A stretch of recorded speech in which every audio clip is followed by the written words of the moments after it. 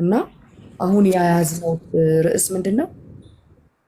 35 ወይ 40 ሆኖኛል ብላ ስትረስ ውስጥ ገብታ መሯሯጥ አለባት ወይ? ካላትም ከቤተሰብ አሁን ኢትዮጵያውያን በአብዛኛው አግቢ እንጂ ውለጂ እንጂ ቶሎ በይ እንጂ የልጅ ልጆቼን ሳላይ ጓደኞችሽ አገቡ እኮ እንትን እኮ እንደዚህ ሆነ እኮ እሱ ራሱ ስትረስ ያደርጋታል ሴት ልጅ።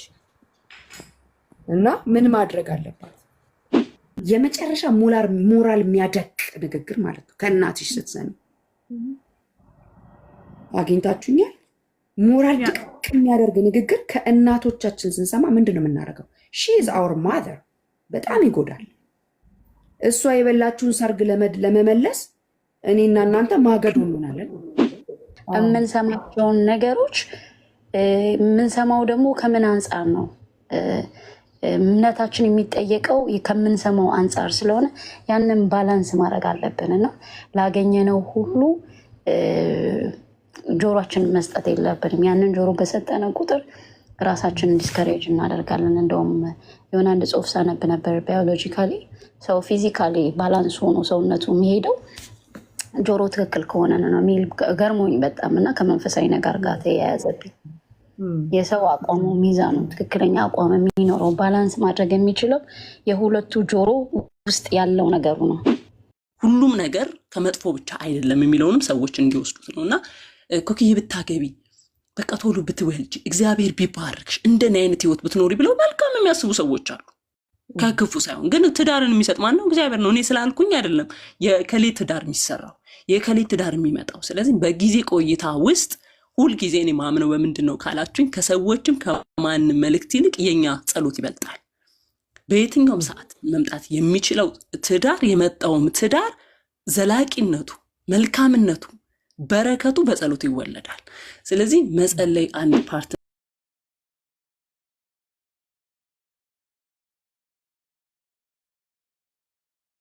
ምድርን ማለት እንትን አወዳድሮ እንኳን አይደለም ሙሉ ኔቸሩን የሰጠው። ያ ኔቸር ደግሞ ስቲል ነው እኛ ውስጥ አለ። ይሄን ኔቸሩን ሰው ካላወቀ አሁን እንዳልኩሽ 40 ሲሆናት ልትሯሯጥ ትችላለች። ቤተክርስቲያን ዳወን ምን ብዙ ነገር ልንል እንችላለን። ኢንቫይሮንመንት ሄደን ብዙ ነገር ልንዳስስ ይችላለን። እና ሰው እውነት አቅሙን ኔቸሩን መገኛውን ምንጩን ካወቀ በፌዝ አለመኖር አይችልም።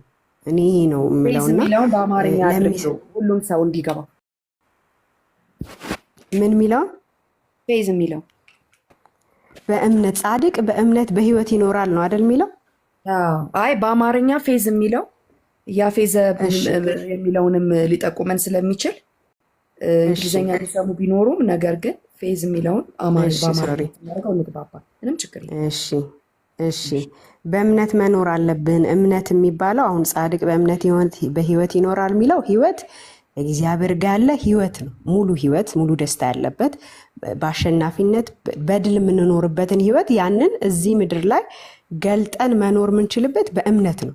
ለምሳሌ እኔ አሁን ቅድም አንድ ነገር ተጠቅሜያለሁ። አንበሳ ስል እናንተ አይምሮ ላይ ቪዥዋላይዝ ታደርጋላችሁ። የአንበሳን ፒክቸር ምን ታደርጋላችሁ? ስለዚህ እኔ የምፈልገውን ነገር ወይም ትዳር ከሆነ የሚገርም ባል ስጠኝ እንዲህ እያልኩ አይደለም ምጸልየው፣ ወይም እንዲህ የሆነ ድንቅ የሆነ እንዲህ እያልኩ ሳይሆን እኔ ራሴ ላይ ኢንቨስት ባር ማንነቴን ያወቅኩኝ ሰው ከሆንኩኝ ያ ሰውዬ ባይ ዲፎልት ምንም አይነት መጥፎ ካራክተር ቢኖረው እሱን መቀየር መስራት የምችልበት እኔ ውስጥ አቅማል። ስለዚህ ይሄን ማደር ነገር ክሊር እናርጋት። አሁን ትንሽ ለጠጥ ብሏል። ክሊር እናርጋት። እሺ ሶሪ፣ ምንም ችግር የለውም። አንቺ አሁን የመለስሽበትን እንትን የተሰጠን ከእግዚአብሔር የተሰጠን አቅም አለ። እሱን አቅም እንጂ ማየት ያለብን እዚህ ምድር ላይ ያለውን እድሜያችንን ቁጥሩን እያየን መጨናነቅ የለብንም ነው የመጀመሪያው መልስ። አዎ ኦኬ። ከዛ ደግሞ የሚመጣውን ባሌን እሱ እንዲሁን ሳይሆን እኔ የምቀይርበትን አቅም ማዳበር ነው እያልሽ ያለሽው? አዎ ምንድነው ማዳበር ምለው በእግዚአብሔር ቃል እውነት መታከም አለበት። ምክንያቱም ትላንት የገባብን እውቀት ማህበረሰቡ የሰጠን ልጅነታችን ላይ ስናያደግ ነው። በጣም ብዙ ነገሮች ሮንግ ነገሮች አሉ። አሁን ለምሳሌ ኢትዮጵያ ውስጥ ያለው ትዳር፣ ቤተክርስቲያኑ፣ ፓስተሩ፣ ምኑ፣ ፍቺው፣ ጸቡ፣ ድብድቡ ብዙ ነገር የመጣው ትላንትና የተሰራበት ነገር ነው። ትላንትና ላይ ከእግዚአብሔር ቃል ውጭ አሁን ሰው ኔቸሩ ማንነቱን ካወቀ ትላንት የገባበትን እውቀት እየሻረ ሄዶ ወንደርፉል ትውልድ የሚያፈራ አባት እናት መሆን እንችላለን። ግን ትላንትና የገባውን እውቀት በዚህኛው በትክክለኛው ኔቸራችን የሚነግረንን እውቀት ባስገባን ቁጥር ትላንት የገባው እየታከመ ፒውር ሆኖ ብዙ ትውልድ እንድናፈራ ያረገናል ነው። ስለዚህ አንቺ የምታገቢውን ባል የፈለገ ባክግራውንድ ፕሮብለም ቢኖርበትም አንቺ በእግዚአብሔር ቃል ባለሽ እውቀት ፊክስ ማድረግ እችላለሁ ብለሽ ነው የምታገቢው እንጂ እንዲህ አይነት እንደዛ አይነት እንደዚህ አይነት ብለሽ አይደለም የምትጸልይው። አይ እንደሱ አልልም። አሁን ለምሳሌ እኔ መጥፎ ባል መቼም መጥፎ ካራክተር እያየሁኝ አልገባም። የሆነ ሮንግ የሆነ ነገር ወይም እግዚአብሔርን ማይፈራ ሰው ሆኖ እንደ ፕሪፈር ማስቀድመው ነገር አለ እንደ ሰው ፕሬ ማረገው፣ ግን ፊዚካል የሆነ ነገር አይደለም። ፊዚካል ከምድር አስተሳሰብ ይሄ እንዲህ ነው ከሚለው የወጣ ግን ትክክለኛ ስብዕናው አባቱን የሚያቅ ማንነቱን የሚያቅ ቢሆን ብዬ እኔ ፕሬ ማረገው እንደዛ ነው። ካልሆነ ኢቭን እንደዛ ብሎ እንኳን ገብቶኝ ከዛ በኋላ የቀረው በመሀል የምገባው ፍሬም ለማስያዝ ነው። እሺ ቴንክ ዩ። እሺ እንዳይለቀቀው ፍሬም ለማስያዝ ነው። እዛው ባሉ ላይ ይቆያል። መልካም ባሉ ላይ ይቆያል። ስንቆይ ምንድነው ይህ ሰው ያው መሰረታዊ ፕራዮሪቲዎች አሉ፣ ምንጠይቃቸው ምናስቀድማቸው ነገሮች አሉ። ይሄ የምንለው ኦፍኮርስ እንደ ክርስቲያን። ከዛ በተረፈ ግን ላዩ ላይ የተጫነውን ነገር እኔ ባለኝ እውቀት እሱን ማስተማርም ሆነ መቀየር እችላለሁ ነው። እኔ ቀይረዋለሁ አይደለም ባይዘዌ እኛ ይመስለናል ትዳር ላይ ማንንም አይቀይርም፣ ግን እኔን ራሴን መቀየር እችላለሁ ነው። እኔ ትላንት በነበረኝ ምልከታ ትላንት በገባብኝ እውቀት ራሴን በቀየርኩ ቁጥር እሱ የእሱ አለመቀየር እኔ ምንም ችግር አይፈጥርብኝ፣ ኮንፈርት አይነሳኝም። እሱ ያለበትን ካራክተር እስኪቀየር ኢንቨስት አደርጋለሁ እንጂ ሰውየው ምንም የሆነ ፕሮብለም ቢኖርበት እኔ ራሴን በመቀየር ውስጥ እሱን እሸከመዋለሁ ነው። እሸከመዋለሁ ሳይሆን ባይ ዲፎልት መቀየሩ አይቀርም። እኔ የምሰራው ነገር እኔ ጋ ኢንቨስት ያደረኩት ነገር ባይ ዲፎልት ለምሳሌ እኔ የማልፈልገውን ከዚህ በፊት ወይም እንትን ብዬ የማልፈልገውን እየተጨቃጨኩ የምጠይቀው ከሆነ እኔ ራሴን አለመጨቃጨቅ መፍትሄ የሚሆን የእውቀት ቃልን ውስጥ ከገባ እና ራሴን ቢልድ አፕ ካደረኩ ራሴን ከቀየር ካሳደግኩኝ ያ ነገር ሰላም ያደርገዋል። ያንን ነገር ሰውየው ባይ ዲፎልት በዛ ነገር ላይ እያደገበት እየተቀየረበት ይሄዳል ማለት ነው። ሁሉም ባል ላይቀይራቸው የሚችሉት ነገሮች ይኖራሉ። ማንቀይራቸው እኮ ነገሮች ይኖሩናል። አሁን ይሄ ወደ ካራክተር ገብተናል። እኛ እያወራን ያለ ነው አንዲት ሴት ልጅ 35-40 ሆነኝ ብላ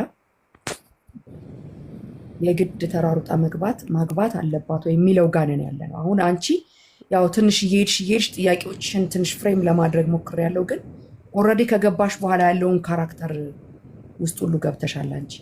ግን አሁን እኔ ዊችዝ ክፋት የሌለው ነገር ትክክል ያው ብናወራበት ችግር የሌለው ነው፣ ግን ፍሬም ለማስያዝ ታይትላችን እንዳይለጠጥ ሊድ ስናደርገው እቺ ሴት ከ35-40 ሆኖኛል እና በቃ ብላ መሯሯጥ አለባት ወይ ስትረስ ውስጥ ባይዘው ይሄ ነገር ምድር ላይ ስላለ ነው የምነግራችሁ።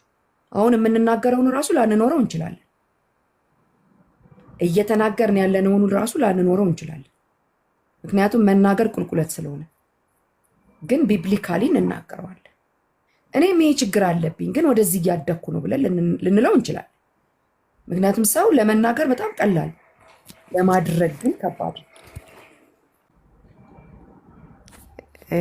እሱ ስትረስ እንዳይዛት እኔ ቅድምም ተናግር ያለውና የእውነት ከአባት ጋር ህብረት የሚያደርግ ሰው በፌዝ በእምነት የሚኖር ሰው እለት እለት በእምነት ምለው የሚያየውን ምድር ላይ የሚሰማውን የሚያየውን ነገር ሁሉ ከምታዩት ከምሰሙት ተጠበቁ አይደል? ያንን ግራውንድ የሚይዝበት እውቀት እኔ ውስጥ ካለ ከአባቴ ጋር ህብረት ማድረግ ከሆነ የምሰማቸውን የዓለም ድምፆች መቋቋም የምችልበት አቅም ይኖረኛል። ግን የሰው እውቀት የእንትና ዘመዶቼ፣ እናቴ፣ አባቴ፣ ጎረቤት የሚለኝን የምሰማ ምክንያቱም ሌላ እውቀት ማለት የነገሰብኝ ሌላ እውቀት አለ ማለት ነው። የእነሱ እውቀት ነው እየነገሰብኝ ያለ። ግን የአባት ድምፅ እኔ ውስጥ ከነገሰ እሱ ማለት በህብረት የሚመጣ ከእግዚአብሔር ባለመለየት የሚመጣ which means every time እግዚአብሔር እኔ ለማውራት አቬለብል ነው። እኔ ነኝ የምወጣው የምገባው እንጂ። ስለዚህ ያንን ካደረገች በእምነት አለመኖር አትችልም። እና በእምነት ኖረች ማለት ይሄንን አሁን የምትሰማቸውን ድምፆች ጥሳ መውጣት ትችላለች።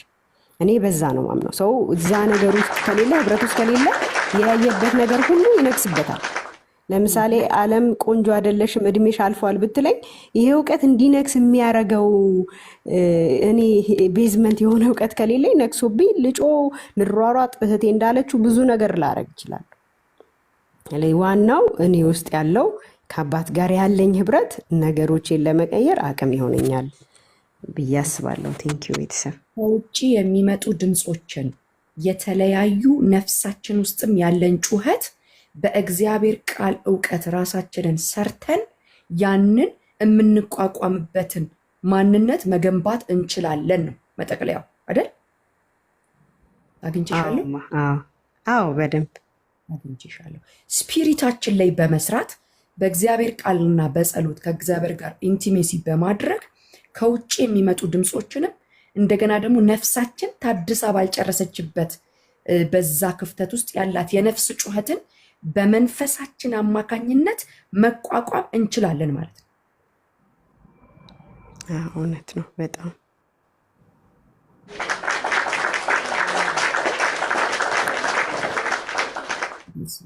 በጣም የሚገርም ነው። ቴንክ ዩ ሶ ማች። እንዴት አረፈዳችሁ? እግዚአብሔር ይክበር። አሜን። በዚሁ ሀሳቤ ልቀጥል። ዲስከሽን ታይም ስለሆነ ኦኬ። ወይኔ ይቅርታ ይቅርታ ይቅርታ። የቀደመ ሰው አለ?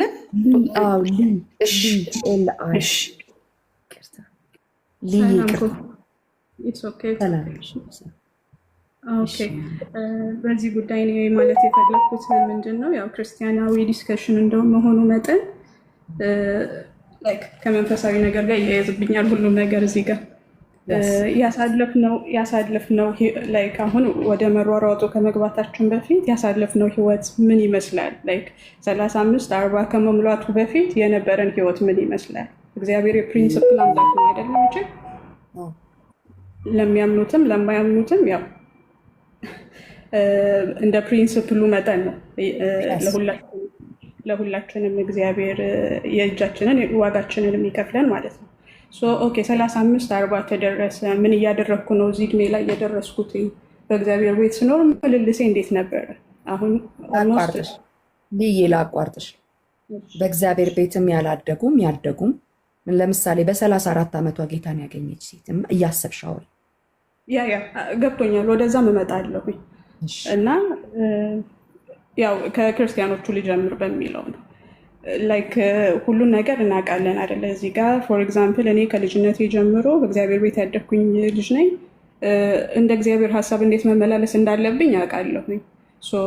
1-2 ፖይንቶች ላይ ፌል አደረግኩኝ። ሲሪየስ ፌለር ብዬ ልበል።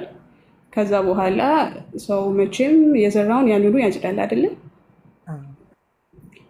አንዳንድ ጊዜ በምናደርገው ነገር ኤጃችን እዚህ ላይ ደረሰ ብለን ከማለታችን በፊት በምን አይነት መንገድ መጥቼ እዛ ኤጅ ላይ ደረስኩኝ ትዳር ሳልመሰርት?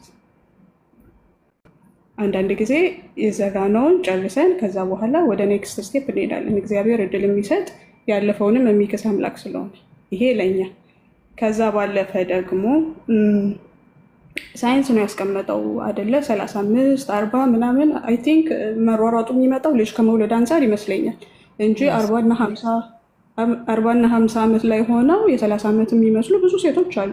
ስፔሻሊ ዲስ ዴይስ ራይት መምሰል አለመምሰሉ ትልቅ መምሰል አለመምሰሉ ሳይሆን ያው የእድሜው ጉዳይ ልጅ ከመውለድ ጋር ስለሚያያዝ ማለት ነው።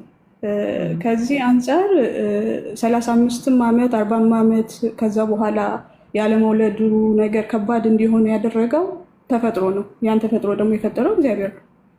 ሲፈልግ 70 ዓመት ሊያደርገው ይችላል።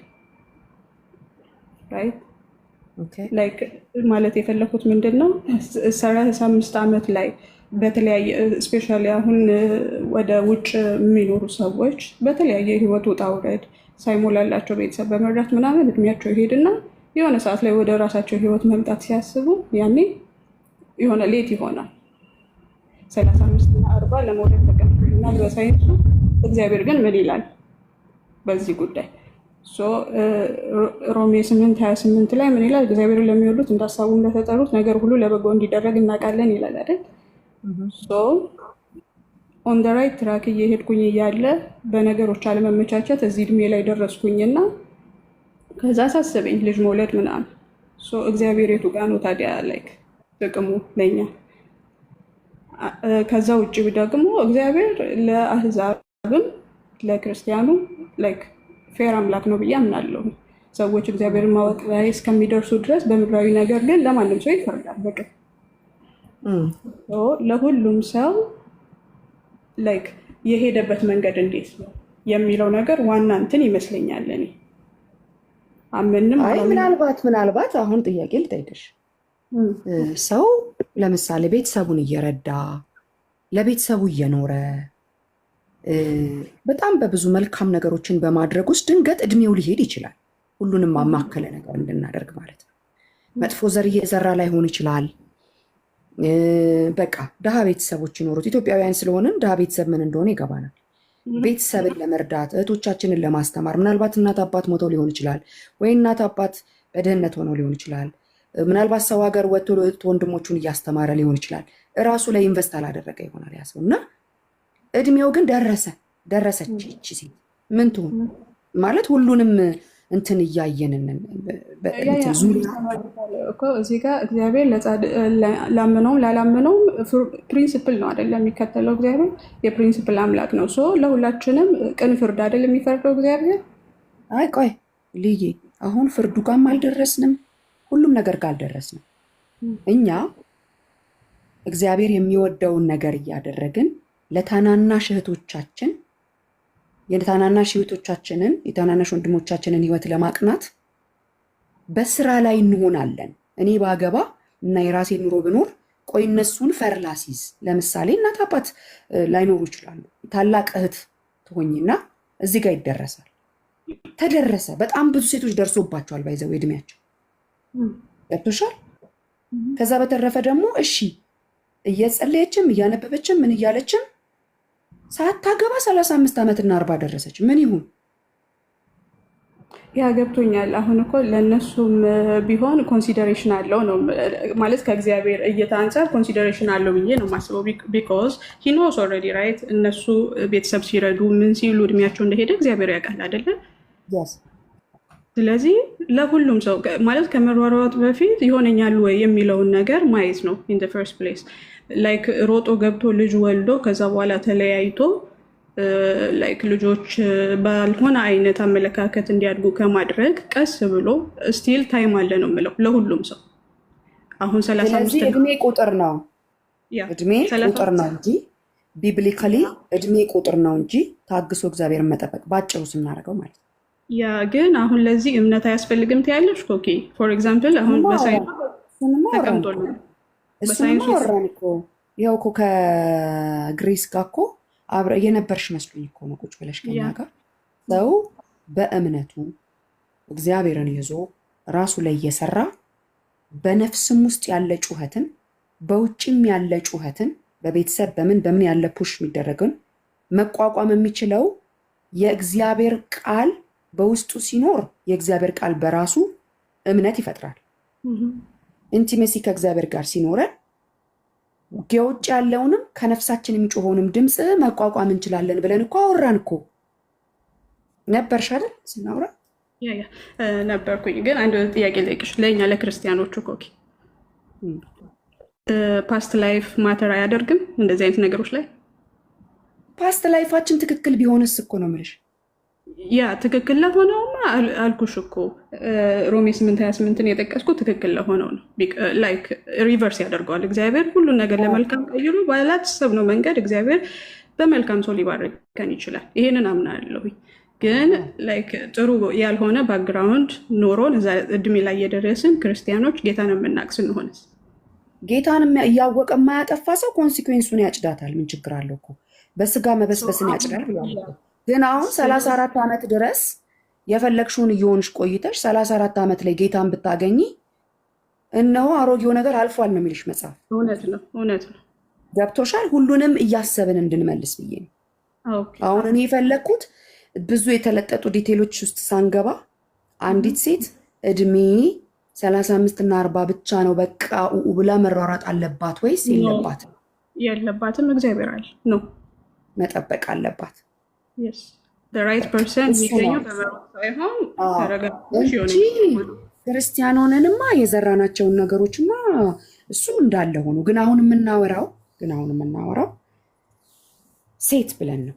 ምክንያቱም እንዳልኩሽ ነው 40 ዓመቷ ላይ ጌታን ያገኘች ሴት ምን ትበል? እስከ 39 ድረስ መጥፎ ዘር ስትዘራ ነበር። ሶዋት ገባሽ? እና እሱን መወሰን አንችልም። ስለዚህ አሁን እንደ ክርስቲያን 30 ላይ ያገኘች 40 ላይ ያገኘች ጌታን አግኝታለች። ልክ ጌታን ካገኘች በኋላ አዘ ክርስቲያን ቢብሊካሊ እንደሚመራ የህይወቱ መርህ ማኑዋሉ መጽሐፍ ቅዱስ እንደሆነ ሰው ወይኔ 40 ወይኔ 35 ብላ ስታለቅስ ፊቷን ስታበሳጭ ውስጧ ጨጓሯ ሲቃጠል እነንትና ማገቡ እኮ እነንትና ሜዱ እኮ ወለዱ እኮ እያለች መኖር አለባት ወይ? ቤተሰብም ቢሆን ባይዘወይ ክርስቲያን ቤተሰብም ዛሬ በጣም ፑሽ ያደርጋል። በጣም ፑሽ ያደርጋል። እንዲህ ምን ነው አንዳንድ ባለማወቅና ባለማወቅ እኮ እንደ እኔ ስንቱን ሰርግ በላው እኮ አንቺ ቁጭ ብለሽ የሚልሽ አለ። this is what I'm saying so እሱን የምንቋቋመው ትልቁን በቃ የመጨረሻ እኔ አሁን በጣም ያረካኝ ያጨበጨብኩበት መልስ ይሄ የራሴ ነው። እንግዲህ አሁን እናንተ ላትስማሙ ትችላላችሁ። እኔ ላይ ከሰራው ሁሉንም ነገር መቋቋም እችላለሁ የሚለው የግሬስ መልስ የሁላችንም መልስ ነው ብዬ አስባለሁ። እኔ ላይ ከሰራው ብዬ ማለት ግን ደግሞ የሌላ ሰው እንሰማለን። ትዌልዬ አሁን መልስ ስንመልስ ከደረሰብን ነገር እኛ ካደረግነው ነገር እኛ ካለፍነው አይደለም። የእኛ መልስ ቢብሊካሊ ነው መሆን ያለበት። ጥያቄ ካለ ግን እንጠይቃለን። ያ ኮኪዬ እዚህ ጋር አንድ ስትረስ ማድረግ የፈለግኩበት ነገር ምን መሰለሽ፣ ሰራውንዲንጌ ላይ ብዙ ክርስቲያኖች አሉ የማየው ነገር ስላለ ነው። እንደገና እድል አለ አይደል በእግዚአብሔር ቤት። አሁን ማለት ሰው አንዴ ስላጠፋ እድሜ ልኩን ያጠፋል ማለት አይደለም፣ ግን ማሳጠር ይቻላል አይደል? አትሊስት ልክ ነሽ ልዬ። አሁን አንቺ ልክ ነሽ። አሁን አንቺ ምንድን ነው ከምናየው ከምንሰማው ከቤተ ክርስቲያኑ ከምኑ አንጻር ነው የመለስሽልኝ። እኛ ደግሞ አሁን ማኑዋል አድርገን የያዝነው የምንመልስበት ግራውንድ ቢብሊካሊ ነው እንጂ በየቤተ ክርስቲያኖቻችን፣ በየቤቶቻችን፣ በየጎረቤቶቻችን ብዙ አይነት አለ።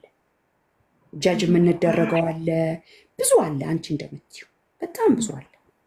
ነገር ግን ቢብሊካሊ እንዴት እንመልሰው? ለምን እኛ የመጨረሻ ስታምፕ የምናደርግበት የምንስማማበት የምንግባባበት አንድ መሬት የረገጠ መግባቢያ አለ፣ ማኑዋል አለ። ከማኑዋሉ አንጻር ብቻ ነው የምናወራው እንጂ እሱማ በየህይወታችን ዘይቤ እኮ ብዙ ነገር ደርሶብናል። እሱን በሌላ ርዕስ እናወራዋለን አይመስልሽም? እንጂ አንቺ ጋር ያለው ትሩዝ ትክክል ነው። ብዙ ችግር አለ። በጣም በጣም በጣም በጣም ያው ግን እንደገና አምላክ ስለሆነ እግዚአብሔር እድልንን መስጠት የሚችል ስለሆነ የሚሰሙ ክርስቲያኖች ካሉ በሚል አዜ ክርስቲያን አጥፍቶ የነበረን ሰው ነው አይደል የምትነግሪኛለሽ? አዜ ክርስቲያን ቆይ ትንሽ ላውራሽ። አዜ ክርስቲያን ዳሜጅ አድርጎ አንዳንድ ነገሮች ኃጢአት ውስጥ ገብቶ ሜስ አደረገ። ከዛ በኋላ መነሳት ይችላል እግዚአብሔር እንደገና አምላክ እንደሆነ ነው የምትይው፣ ስለሆነ ነው የምትይው። እንደገና ተነስቶ ያበላሸውን ህይወት ትቶ ሌላ ማግባት ይችላል እያልሽ ነው ወይስ ደግሞ ስተቱን ማረም ይችላል? ኖ እንደዛ አይደለም። ላይክ ሳያገቡ ለቆዩ አይደለ እያወራን ያለ ነው። እድሜው ሄደ። ላይክ ያ ሰው እንደዛ ስታደርግ ቆይታ አንድ ሴት ልጅ 35 እና 40 ዓመት ውስጥ ገባች፣ ግን በእግዚአብሔር ቤት የኖረ የሚያውቅ ብዙ ነገር ጀስት እንደ ድፍረት ኃጢአትም እንበለው። ከዛ እዛ ጋር ተደረሰ። ፋይናሊ ደግሞ ወደ ሩጫ ነገር ሊገባ ሆነ። እንደዛ ከማድረግ ኮንሲኩዌንሱ ግን ያቆያታል። እግዚአብሔርን የምታውቅና በእግዚአብሔር ቤት በእግዚአብሔር ቃል ያደገች ከሆነች ኮንሲኩዌንሱ ያቆያታል። ባለማወቅ ያደረገችው ነገር ነው እንጂ እያወቀች ያደረገችው ነገር ግን ኮንሲኩዌንሱ አንዱ ማርዘም ይሆናል። እንትንን ዙሩን ማርዘም ይሆናል። ያገኘሽ ራሱ ኮንሲኩዌንስ አለው። ሰውም ጀጅ ባያደርግብሽ፣ ቤተክርስቲያንም ጀጅ ባያደርግ፣ ማንም ጀጅ ባያደርግ እራሱ የዘራነውን ማጨድ የሚባል ነገር አለ። የዘራናትን ነገር እያንዳንዷን ነገር እናጭዳለን። የእግዚአብሔር ምሕረት እንዳለ ነው። አዎ። ቸርነት እንዳለ ነው። አዎ። በጎነት እንዳለ ነው። አዎ። እሱ የእግዚአብሔር ካራክተር ነው። የኛ ዘር ግን በማወቅና በድፍረት ኃጢአት ያደረግናቸው ዘሮችን ግን በቃ ምናልባት በእድሜ በመሄድ ይሆናል የምናጭው። ይሄኛው ሌላ ታይትል ነው፣ እናወራበታለን። ዌልካም ማይ ዲር ቱዌልዬ፣ ዌልካም። እንዴት ናችሁ? እንዴት ነሽ? ይመስገን ደህና ነኝ። ሀሳቡ በደንብ ስለገባኝ ሌት ሆኜ ቢገባም አዳምጫለሁ ሌሎች እህቶቼ ሲያወሩ። እኔ የምለው ትዳር ከእግዚአብሔር ነው፣ እንደ አማኝ ማለት ነው። ትዳርን የሚሰጥ እግዚአብሔር ነው። ትዳሩን ስንኖረውም ስናጠፋውም እግዚአብሔርን ነው እያሳዘንን የምንሄድ ነው። ስንኖርም ትዳርን ብዬ የማምነው ትንሿ ቤተክርስቲያን ናት። ትዳር ውስጥ ያፈራናቸው ልጆች፣ ትዳር ውስጥ የኖርናቸው ህይወቶች ናቸው ቤተክርስቲያን። ቆይ ትዳር ጋር አልደረስንም። ኦኬ። አይ እሺ፣ መፍጠን የለባትም። እሺ፣ አንዲት ሴት 35 ሆነኝ ሆነኝ በቃ። ስለዚህ አሁን ስለምናይ ነው ክርስቲያን ላይ በቃ እንግዲህ አሁን ምንም ቢሆን ያው መቼም እዚህ ምድር ላይ መተሻል አትሊስት ውለጂ ተብላ ተሯሩጣ አልፎ ተርፎ አህዛብን እያገባን ያለንበት ዘመን ነው ዘመኑ። እሱን ነው ማለት እዚች ጋር ብቻ ነው ሰርክሎ መፍጠን የለባትም። መጠበቅ አለባት። ትዳርን የሚሰጥ እግዚአብሔር ነው። እምነታችን ጠንካራ ከሆነ ምንም አይነት እድሜ ያክል ብንሄድ እግዚአብሔር የሚባርክ የተባረከ ትዳርና የተባረኩ ልጆችን ይሰጠናል። መጠበቅን ያለብን በራሳችን ተሯሩጠን የራሳችንን ሌጋሲ የራሳችንን ነገር መስርተን እንደገና ከመላላጥና ከመጋጋጥ የእግዚአብሔርን መንፈስ ከማሳዘን በትዳር ራሳችን ተሯሩጠን ባመጣነው ትዳር ታስረን ኔሴንስ በማይሆን ትዳር ውስጥ እያለቀስን ከምንኖር እግዚአብሔርን መጠበቅ ይሻላል። እየጠበቅነውስ ባናገባ እግዚአብሔር ያደረገው ሆን ብሎ ነው። እሱ ያውቃል። እሱ ትክክል ነው፣ አይሳሳትም። በህይወታችን ላይ አንዳች እሱ የማያውቀው ነገር እንደማይሆን አምናለሁ። ገብቶ ሜስ ከመፍጠር ከእግዚአብሔር ጋር መቆየት ይሻላል። በትክክል ከዚህ ለየት ያለ እሳቤ ያለው ሰው ካለ መውጣት ይችላል። ይህ እንዴት ሊሆን ይችላል የምትሉ ሰዎች ማለት ነው ሰዎች እድል ሰጣቸው አታግቡ ነው ወይ የምትሉ ሰዎች በጣም ብዙ ሴቶች ተሯሩጠው ያገቡ ስለሆነ፣ ሌሎቻችን ግን ታፕታፕ እና ኮፒ ሊንክ ቢደረግ ኮኪ እኔ እዚህ ላይ አንድ ሀሳብ ልጨምር። እሺ ቤቲ ነኝ። እኔ እንዲያውም ለሌሎቹ እኔ እንኳን ባለትዳር ነኝ። በጣም በወጣትነት ያገባሁት ብዙ በዚህ ኤክስፔሪንሱ የለኝም። ግን ለምሳሌ እኔ በእንደዚህ አይነት ነገር ብዙ ጊዜ በጣም በእኛ ኢትዮጵያውያኖች ቤተሰብ ነው በጣም ፑሽ የሚያደርገው በጣም። ከዛ ተጨማሪ ደግሞ የቸርች ሰው ምነው አታገቢም የሚል ፑሽ አለና እኔ ለምሳሌ የማመልክበት ቤተክርስቲያን ውስጥ ለረጅም ጊዜ በኳየርነት የምታገለግል በጣም የተወደደች እህት ነበረችና በጌታ ቤት ነው የኖረችው ለረጅም ዓመት። ከዛ ግን በቃ ቤተሰቦቿ በጣም በጣም ፑሽ ከማድረጋቸው የተነሳ አህዛብ አገባች ማለት ነው። እና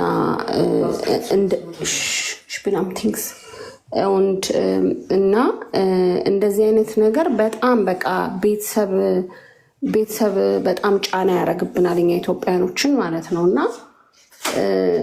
ግን አንድ ቃል ሁል ጊዜ እንደዚህ አይነት ነገር ሳስብ ወይ ከጓደኞቼ ጋር ሳወራ የሚመጣው ዕንባቆም እኮ በመጠበቂያ ላይ ሆኜ እጠብቃለሁ ነው ያለው። እና ማንም ሰው እድሜው ሄደ አልሄደ እኔ እንዲያውም ቅድም 90 ዓመት ስትሉ እግዚአብሔር ካለ በ100 ዓመትም ልትወልድ ትችላለች አንድ ሴት።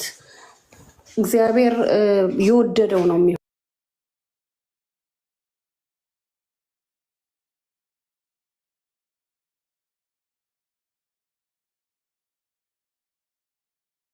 ጫና ማህበረሰባችን የሚያመጣውን ጫና በቃ አለመስማት ኢግኖር በማድረግ በእግዚአብሔር ቃል ራሳቸውን በጌታ ፊት ሆኖ መጠበቅ ነው ያለባቸው ብዬ ነው የማስበው።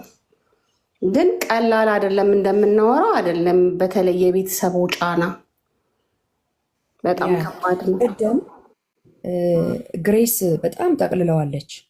ቅድም ምንድን ነው ያለችው?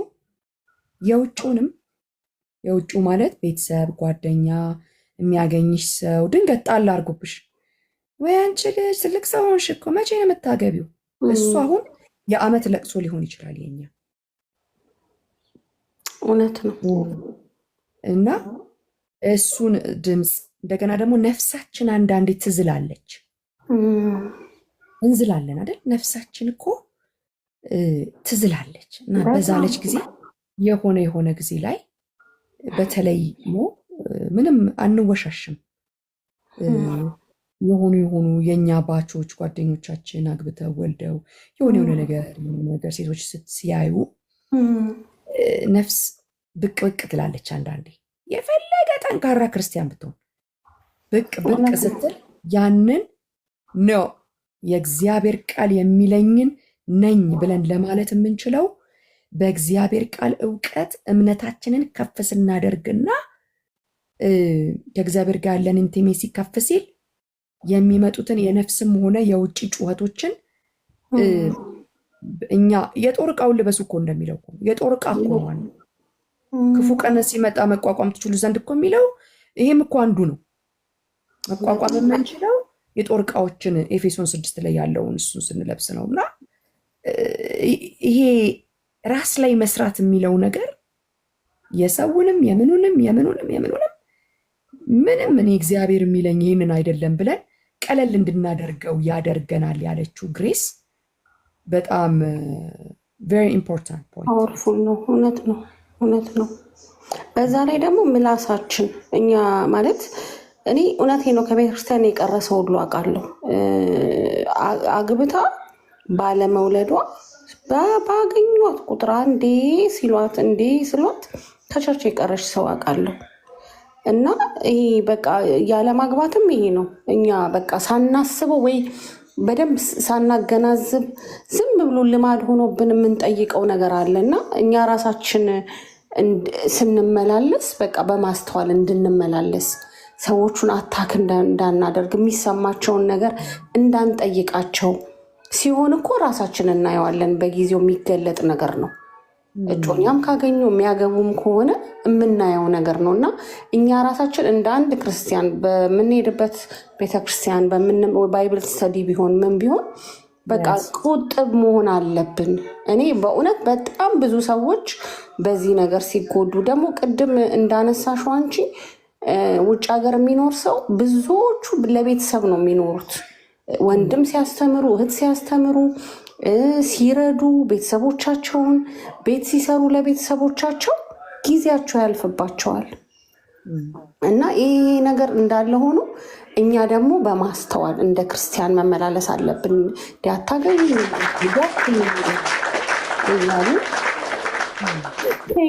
እያልን አታክ ማድረግ የለብን። ወይም ህመማቸውን ቁስላቸው ላይ መርፌ እንደ መውጋት ነው።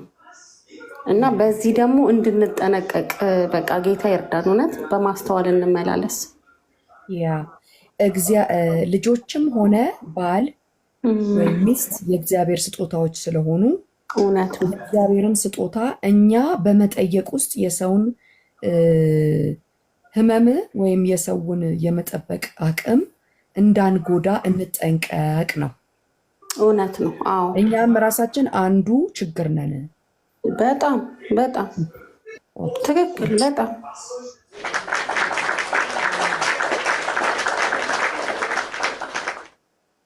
እሺ ቲጂ ሙላ አሜን። ቤትዬ ቲጂ ሙሉ እንኳን ደህና መጣሽ። ሌሎቻችን ታፕና ኮፒ ሊንክ እናድርግ፣ ሼር እናድርግ። እዚች ላይ ግን ከቲጂ በፊት ሄርምዬ አንድ ነገር እንድትይ ይፈልጋል። አለሽ ሄርምዬ?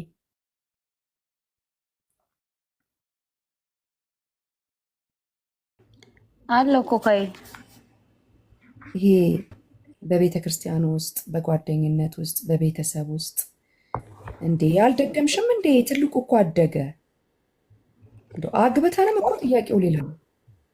ልጁ ይጠይቃል። እንደገና አንቺ መቼ ነው የምታገቢው? እንዳይበቃም እንዴ? ምን ነው እንደ ይህን ጊዜ እየመረጥሽ ነው? እንደ ቀላል የሚጣሉ ቃላቶች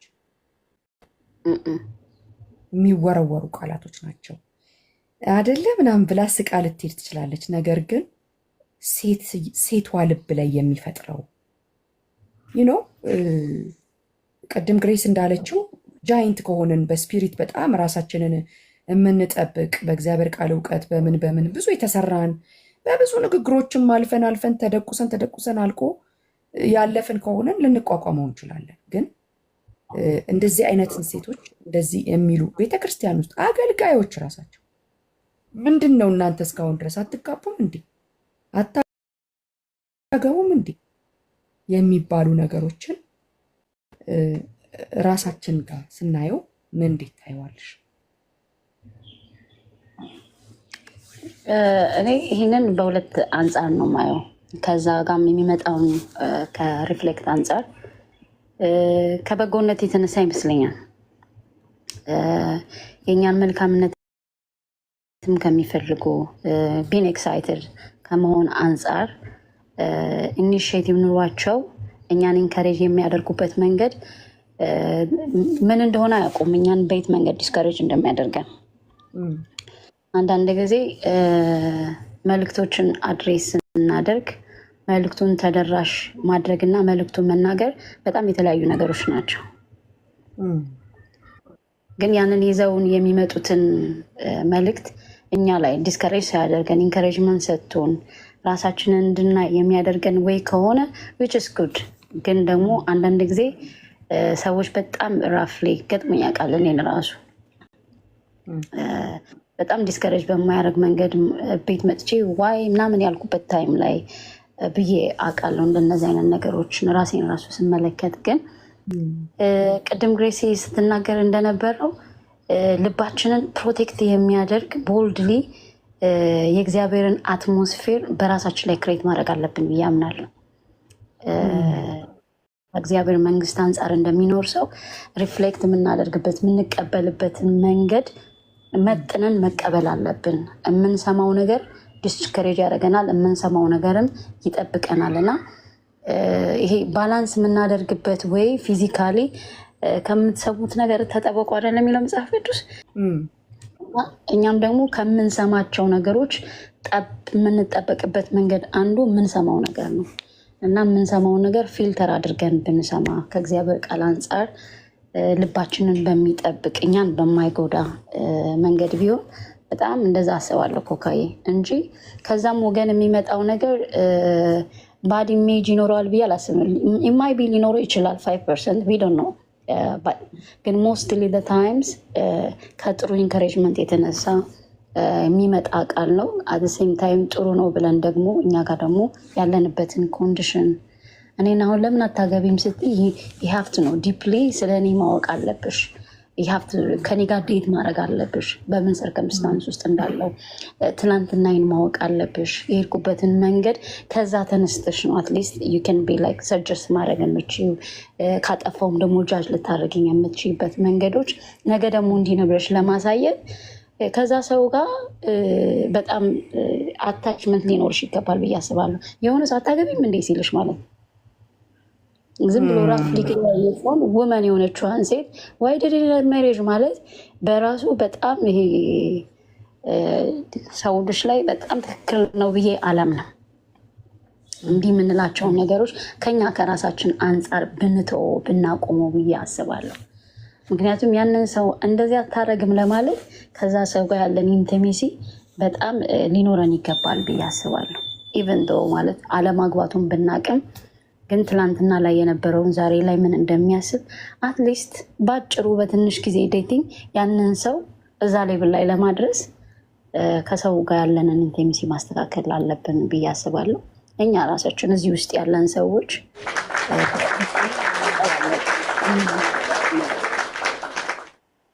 ስላላገቡ ብቻ ለምን አታገቢም ተብሎ አይጠየቅም። ዋይ ነው ሜሬጅ በጣም አንዳንድ ጊዜ ኢሪቴት የሚያደርግ ኩዌስችን ነው ባይ ዘ ዌይ። እና ሰው የራሱ ሪዝን ሊኖረው ይችላል። ዊክነስ ሊሆን ይችላል፣ አለማወቅ ሊሆን ይችላል፣ አለመረዳት ሊሆን ይችላል።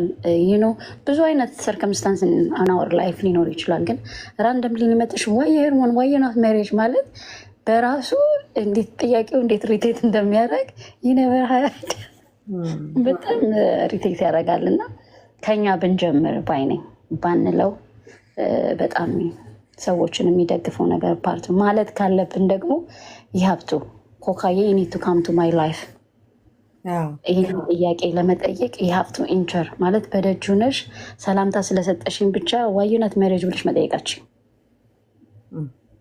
የሆነ ነገር መጠሽ ሳላውቅ ውስጥሽን ሳላቅ ስንግባባ እኔ ለአንቺ ምን እንደማስብ አንቺም ሳታውቂ አመለካከትን ሳታውቂ ለአንቺ ያለኝ ቅርበት ሳይኖር ያልኩበትን የልብ መነሻ ሀሳብ እሷ እኮ እንዲህ ልትል ፈልጋ ነው የሚል ቅርበት ላይ ሳንደርስ እንደው ራንደምሊ ዝም ብለን ከአንደበታችን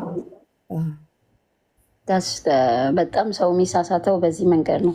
ትክክል ሊሆኑ ይችላሉ፣ ግን ቤት መጥቼ ዲስከሬጅ የማደርግበት እግዚአብሔር የምጠይቅበት መንገድ ለእኔ በጣም የቤት ስራ ነው የሚሆነው። ከዛ አንጻር ሚስ አንደርስታንዲንግ እንዳይሆን እንዲህ አይነት በጣም ፐርሰናል የሆነ ጥያቄዎችን ስንጠይቅ በሰዎች ላይፍ ላይ ገብተን ኢንቮልቭ ስናደርግ አትሊስት ከዛ ሰው ጋር ዴቲንግ ሊኖረን ይገባል። ማለት የሀፍቱ ኢንቲሜሲ ዩሹድ ቱ ቢ ፍሬንድሽፕ ፌሎሽፕ ሊኖረን ያስፈልጋል ብዬ አምናለሁ። እና ይህንን ነገር ብዙ ጊዜ በቸርች አናየውም፣ ኢቨን በጓደኞቻችን አናየውም። ባናደርግ ብንጠነቀቅ እኛም ብቻ ሳይሆን ለሚመጣው ጀነሬሽንም ራሽ እንዳይሆን እንደዚህ ልክ ቅድም ካነሳ ነው ነጥብ ጋር ተሯሩጦ ከሌ ብላኛለች እኮ የእሱ እውነቷን ነው ከሌ እኮ አግብታለች ምናምን ከሚባለው አንጻር ዘው ብሎ ብዙ ሜስ ከመፍጠር በጣም ይጠብቀናል ብዬ አስባለሁ። ከአስተያየቶች ሰጪዎች አንጻር እኛም ሰጠን እናውቃለን፣ ግን ወደፊት አንስጥ ባይ ነኝ። ኮካይ ሲገባኝ ይሄ ነው።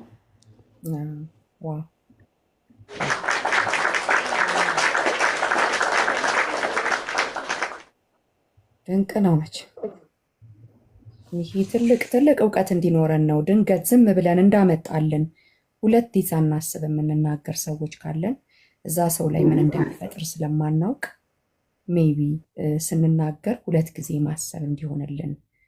ምናልባት እኮ ፈልጋ ላይሆን ይችላል ያላገባችሁ፣ ፈልጋ ላይሆን ይችላል ያልወለደችው፣ ፈልጋ ላይሆን ይችላል የሚለውን ነገር በማሰብ ውስጥ ሰው የራሱ የትርጉም ክፍል እንዳለው ማሰብም ደግሞ ትልቅ ነገር ነው። እኛ በምንናገረው በዛው ሞቲቭ ላይ ይረዳን ይችላል ሰው። ለዚህ ነው ቅርበቱ በጣም ትልቅ ነገር ነው የተባባል ነው። ቅርበት ይወስነዋል። ምክንያቱም እኔ አሁን ከኤርምዬ ጋር ጠለቅ ብዬ ባወራ ኤርምዬ የልብ መነሻ ሀሳቤን ታውቃለች።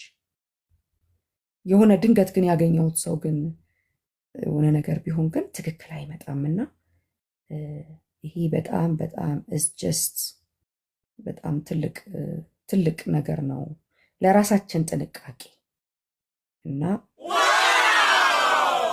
ያለው ማለት ነው። ቲጂ ሙሉ ዓለም ነው የሚለው ወይ ለየት ያለ ሀሳብ ካለ ሰላም ናቸው። ለየት ያለን እስኪ ይችን ነገር ብቻ ብዬ እንኳን እንትን ብል ደስ ይለኛል። አንድ እህቴ ምን አለች፣ በጣም በእድሜ ትንሽ ነች እና እድሜዋ ትንሽ ሆኖ ግን በጣም በሳል ልጅ ነች እና የክርስቲያን ለምን አታገባም ተብሎ አይጠየቅም ማለች። እችል ማለት ፈልጋለሁ። ለምን እግዚአብሔር ስለሆነ ትዳርን የሚሰጠው እና ለምን አታገባም ለምን አታገቢም አይባልም ማግባት ይፈልጋል ያ ሰው እናውቃለን፣ ግን ለምን አታገባም ተብሎ አይጠየቅም ስትል ሰምቻት በጣም እየገረመኝ ነበረ። ዋው ነው ያልኩት። ለምን አንድ ያክስቴ ልጅ አለ፣ አሁን በጌታ አዲስ ነው ገና እንትን እያለ ነው እና አላገባም፣ ታናነሾቹ አግብተዋል እንደዚህ እና በጣም ያበሳጨዋል ይሄ ጥያቄ። እውነት ነው፣ በማሰብ ነው፣ በጥሩ ምኞት ነው ያ ሰው እንትን የሚለው፣ ግን ለሱ ትንሽ ይከብደዋል። ለምን አታገባም አይባልም ይላል እና ትንሽ ዲስአፖይንት ሲያደርገው አውቃለሁኝ። እና ለምን አታገባም፣ አግብተሽም እኮ ለምን አትወልጅም፣ ለምን አትደግሚም? የእኛ ጥያቄ እየጨመረ ነው የሚሄደው ኮኪ፣ እየጨመረ ነው። ምንም እኮ የኛ ቢዝነስ እኮ አይደለም። እኔ አላቅም ለምን እንደዛ እንደሆንን እኛ ኢትዮጵያኖች በተለይ ለምን አታገቢም፣ ከዛ አግብተሽ ወልደሽ ብቻው ልታስቀሪው ነው፣ አትደግሚም፣ እንደ ሴት ያስፈልግሻል፣ ወንድ እየጨመረ ነው የሚሄደው ጥያቄያችንና ባይባል እላለሁ። እንደገና ደግሞ ያንን ሰው እንዳለችው ቅርበታችን ደግሞ ይወስነዋል። በጣም ቅርብ አንቺ ጋር መጥቶ ምን ይፈጥራል የሚለውን ነገር ብናቅና ይሄ ነገር እንዳውም ባይባል ብዬ ነው ማስበው። ተባረኩልኝ። በጣም ነው የምወድሽ ኮኪ፣ ሄርሚ፣ ሁላችሁም ተባረኩልኝ። ላቭ ዩ ቱ የኔ እናት። ይህን ጥንቃቄ በጣም ብናደርግ መልካም ነው። ሲቀጥል ደግሞ እኛ ቢብሊካሊ ይሄ እንደ እምነታችን መጠን ነው። በነገራችን ላይ እንደ እምነታችን መጠን ነው። ቢብሊካሊ ክላይማክሱ 90 ነው። ቢብሊካሊ ያ ማለት ቁጭ ብለሽ እስከ 50 እስከ 60 ዓመትሽ እኔ አልፈልግም እያልሽ 60 ላይ ክላይማክሱ 90 ነው ተብሏል ተብሎ እንደሱ ማለት አይደለም። በምክንያቶች ግን እዛ እድሜ ላይ የደረሰች ሴት አንደኛ አሁን ስናወራው ነገሩ እንዳይለጠጥ እኛ ራሳችን ላይ ካልሰራን በጣም ብዙ ድምፆች ሊረብሹን ይችላሉ። ራሳችን ላይ ካልሰራን በጣም ከምንወዳቸው እናት አባቶቻችን፣ ወንድም እህቶቻችን፣ ጓደኞቻችን፣ የቤተሰብ የቤተ ክርስቲያን ምእመንና አገልጋዮች ሁሉ አንቺ መቼም እየመረጥሽ ነው ድንገት ጣል የሚያደርጉብን ነገር ሊኖር ይችላል። ነገር ግን ራሳችን ላይ በእግዚአብሔር ቃል እውቀት በመንፈሱ በጸሎት ካልሰራን በጣም ሊያደቀንና ከቤተ ክርስቲያን እስከ መቅረት፣ አሁን ቅድም ያለችው ከቤተ ክርስቲያን እስከ መቅረት፣ ይህን ድምፅ የት ነው ማልሰማው ብሎ አፌክት ሊያደርገን ይችላል። ሰውም አያርፍም። የኛን የላይፍ ዲሲሽናችንን ሊያዛባው ይችላል። ያ እንዳይዛባ ራስ ላይ መስራት የሚለው ነገር ላይ በጣም መጠንከር እንዳለብን ይሰማል። በጣም እዚህ ላይ በጣም የሚጎዱት ባይዘው ሴቶቹ ናቸው። ከዛ እነኛን ሴቶች ያገቡ ወንዶች ልጆች ካልወለዱ ማለት ነው። ልጆች ካልወለዱ እነኛን ሴቶች ያገቡ ወንዶች በጣም ይቸገራሉ፣ ያዝናሉ። እነሱ እየታገሱ ከውጭ የሚመጣው ድምፅ ትዳርን ሁሉ ሊበጠብጥ ይችላል። ካላገባች ግን ወንዱ ጋር ችግር የለም፣ ያው እንደምታውቁት። ምክንያቱም ከመውለድ አንጻር ስለሆነ የሚባለው ምን እሱ ወንድ ነው ይደርሳል ይባላል። በ70 ዓመቱ አግብቶ ይወልዳል ወንድ ልጅ ይባላል። እና እነኛ አይነት ንግግሮች በጣም በጣም ከባዶች ናቸው። አንደኛ እኔ እዚህ ውስጥ 73 ሰው ካዳንኩኝ በዚህ ንግግር ውስጥ በዚህ ዲስከሽን ውስጥ 73 ሰው ከዳነ በቂ ነው። አትሊስት እኛ እማንናገር እንሆን፣ አስተያየት ሰጪ አንሆን። አትሊስት በቃ እንዳለችው ነው። ክርስቲያን ለመቼ ነው ለምን አታገባም አይባልም። ማጆሪቲው 99% ማግባት ይፈልጋል። በጣም የተወሰነ ሰው እኔ አላገባም ብሎ የተቀመጠ ሰው አለ። 99% ግን ማግባት ይፈልጋል። ነገር ግን በተለያየ ምክንያት አላገባም። ዋት አያችሁ። ስለዚህ እኛ 73 ሰዎች አስተያየት ባለመስጠት ውስጥ ከኖረን በቃ እኛ እንኳን ባለማለት ውስጥ ሰውን ማሳረፍ እንችላለን። እኛ ጋር ደግሞ ነገሩ ሲመጣ መቋቋም ትችሉ ዘንድ ስለሚል ቃሉ እንደተባለው በእግዚአብሔር ቃል እውቀትና በመንፈሱ ኢንቲሜሲ ውስጥ በመኖር በጣም ባይዘዌ በጣም ጀግና ነኝ ብለን ማለት ነው፣ ጀግናዎች ነን ብለን የእግዚአብሔር ጸጋ ደግፎ ካልያዘን በስተቀር ይሄ ጥያቄ ከሰው ባይመጣ እንኳን አንዳንዴ ነፍስ ብቅ ትላለች። ነፍስ ብቅ ብላ ጥያቄዋን ታቀርባለች። እኔ የምልሽ የአንቺ እግዚአብሔር ግን እየጸለሽ እስከ መቼ ነው ልትል ትችላለች እራሷ። ሰይጣን ራሱ ሹክ ሊል ይችላል እና እሱን መቋቋም የምንችለው በጣም በእውነት የእግዚአብሔር ጸጋም ይረዳል። ያው ስለሚያውቅ በጣም ስለሚያውቅ ይረዳል እና ግን ራሳችን ላይ በጣም መስራት ከእግዚአብሔር ጋር ያለንን በመንፈስ መሆን በቃ ምን ነገሩን ሳላረዝመው በመንፈስ መሆን ንግግሮቹ ራሱ ከምን ምንጭ እንደመጣ እናውቃለን። ከምን ምንጭ እንደመጣ ማለት ነው። አንዳንዴ አሳቢ መስሎ ጴጥሮስ እኮ አሳቢን መስሎ ነው አይደለ እንዴ የክራይስትን ዴስቲኒ የመጣበትን ፐርፐስ ኧረ በፍጹም አለ ሂድ አንተ ሰይጣን የሰውን እንጂ የእግዚአብሔርን ሀሳብ አታውቅም። ሰይጣን ያለው ጴጥሮስን አይደለም በጴጥሮስ ውስጥ ሆኖ የተናገረውን ነው የገሰጸው። እና አንዳንዴ አሳቢ መስለው ሲነግሩንም ደግሞ የጠላትን ሀሳብ ሊያስተላልፉብን ስለሚችሉ እኛንን ዲዘርን ማድረግ ያለብን። ኦኬ ዲመን ኢዝ ቶኪንግ። በጣም በሚወዱን ሰዎች ዲመን እያወራ ነው። እንደ ምክር አድርገው ሁሉን ምን መሰለሽ ብለው ሊመጡ ይችላሉ። አሁን በዚህ ዲስከሽን ውስጥ ግን አለማግባትን እያበረታታን አይደለም። በተለያየ ምክንያት ያላገቡ ሴቶችን ግን ኢንካሬጅ እያደረገ ነው። በምንድን ነው ኢንካሬጅ የምናደርገው? በመንፈስ በመሆን በጸጋው ታግዘን በእምነት በመሆን ነገሩን መቋቋም እንችላለን።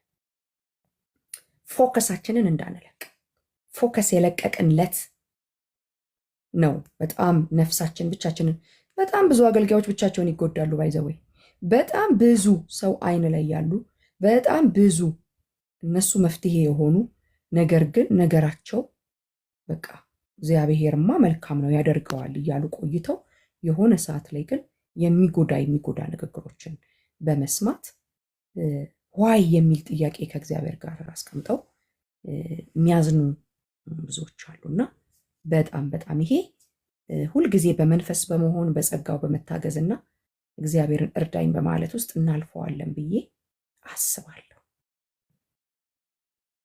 ክብር ለእግዚአብሔር ይሁን።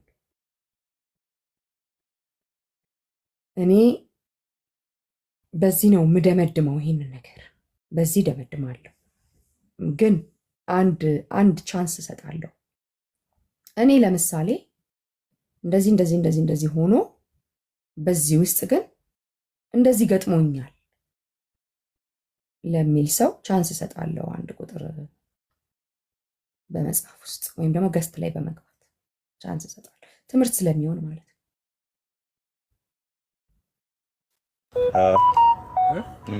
ፋሚሊ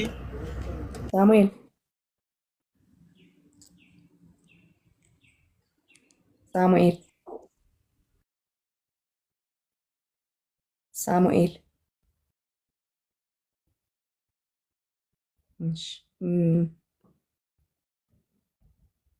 ገብቶ ሚዩት ማድረግ አይከብድም። ገብቶ ሚዩት ማድረግ ይከብዳል። እየተጠራን ማለት ነው። እሺ ቃልዬ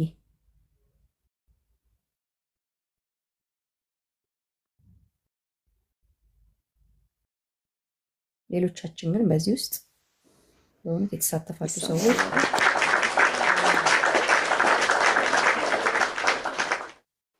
ቃልዬ ሰላም ናችሁ ወይ? አሜን። ኮኪዬ እኔ ምን አጋጥሞኝ ነበረ መሰለሽ?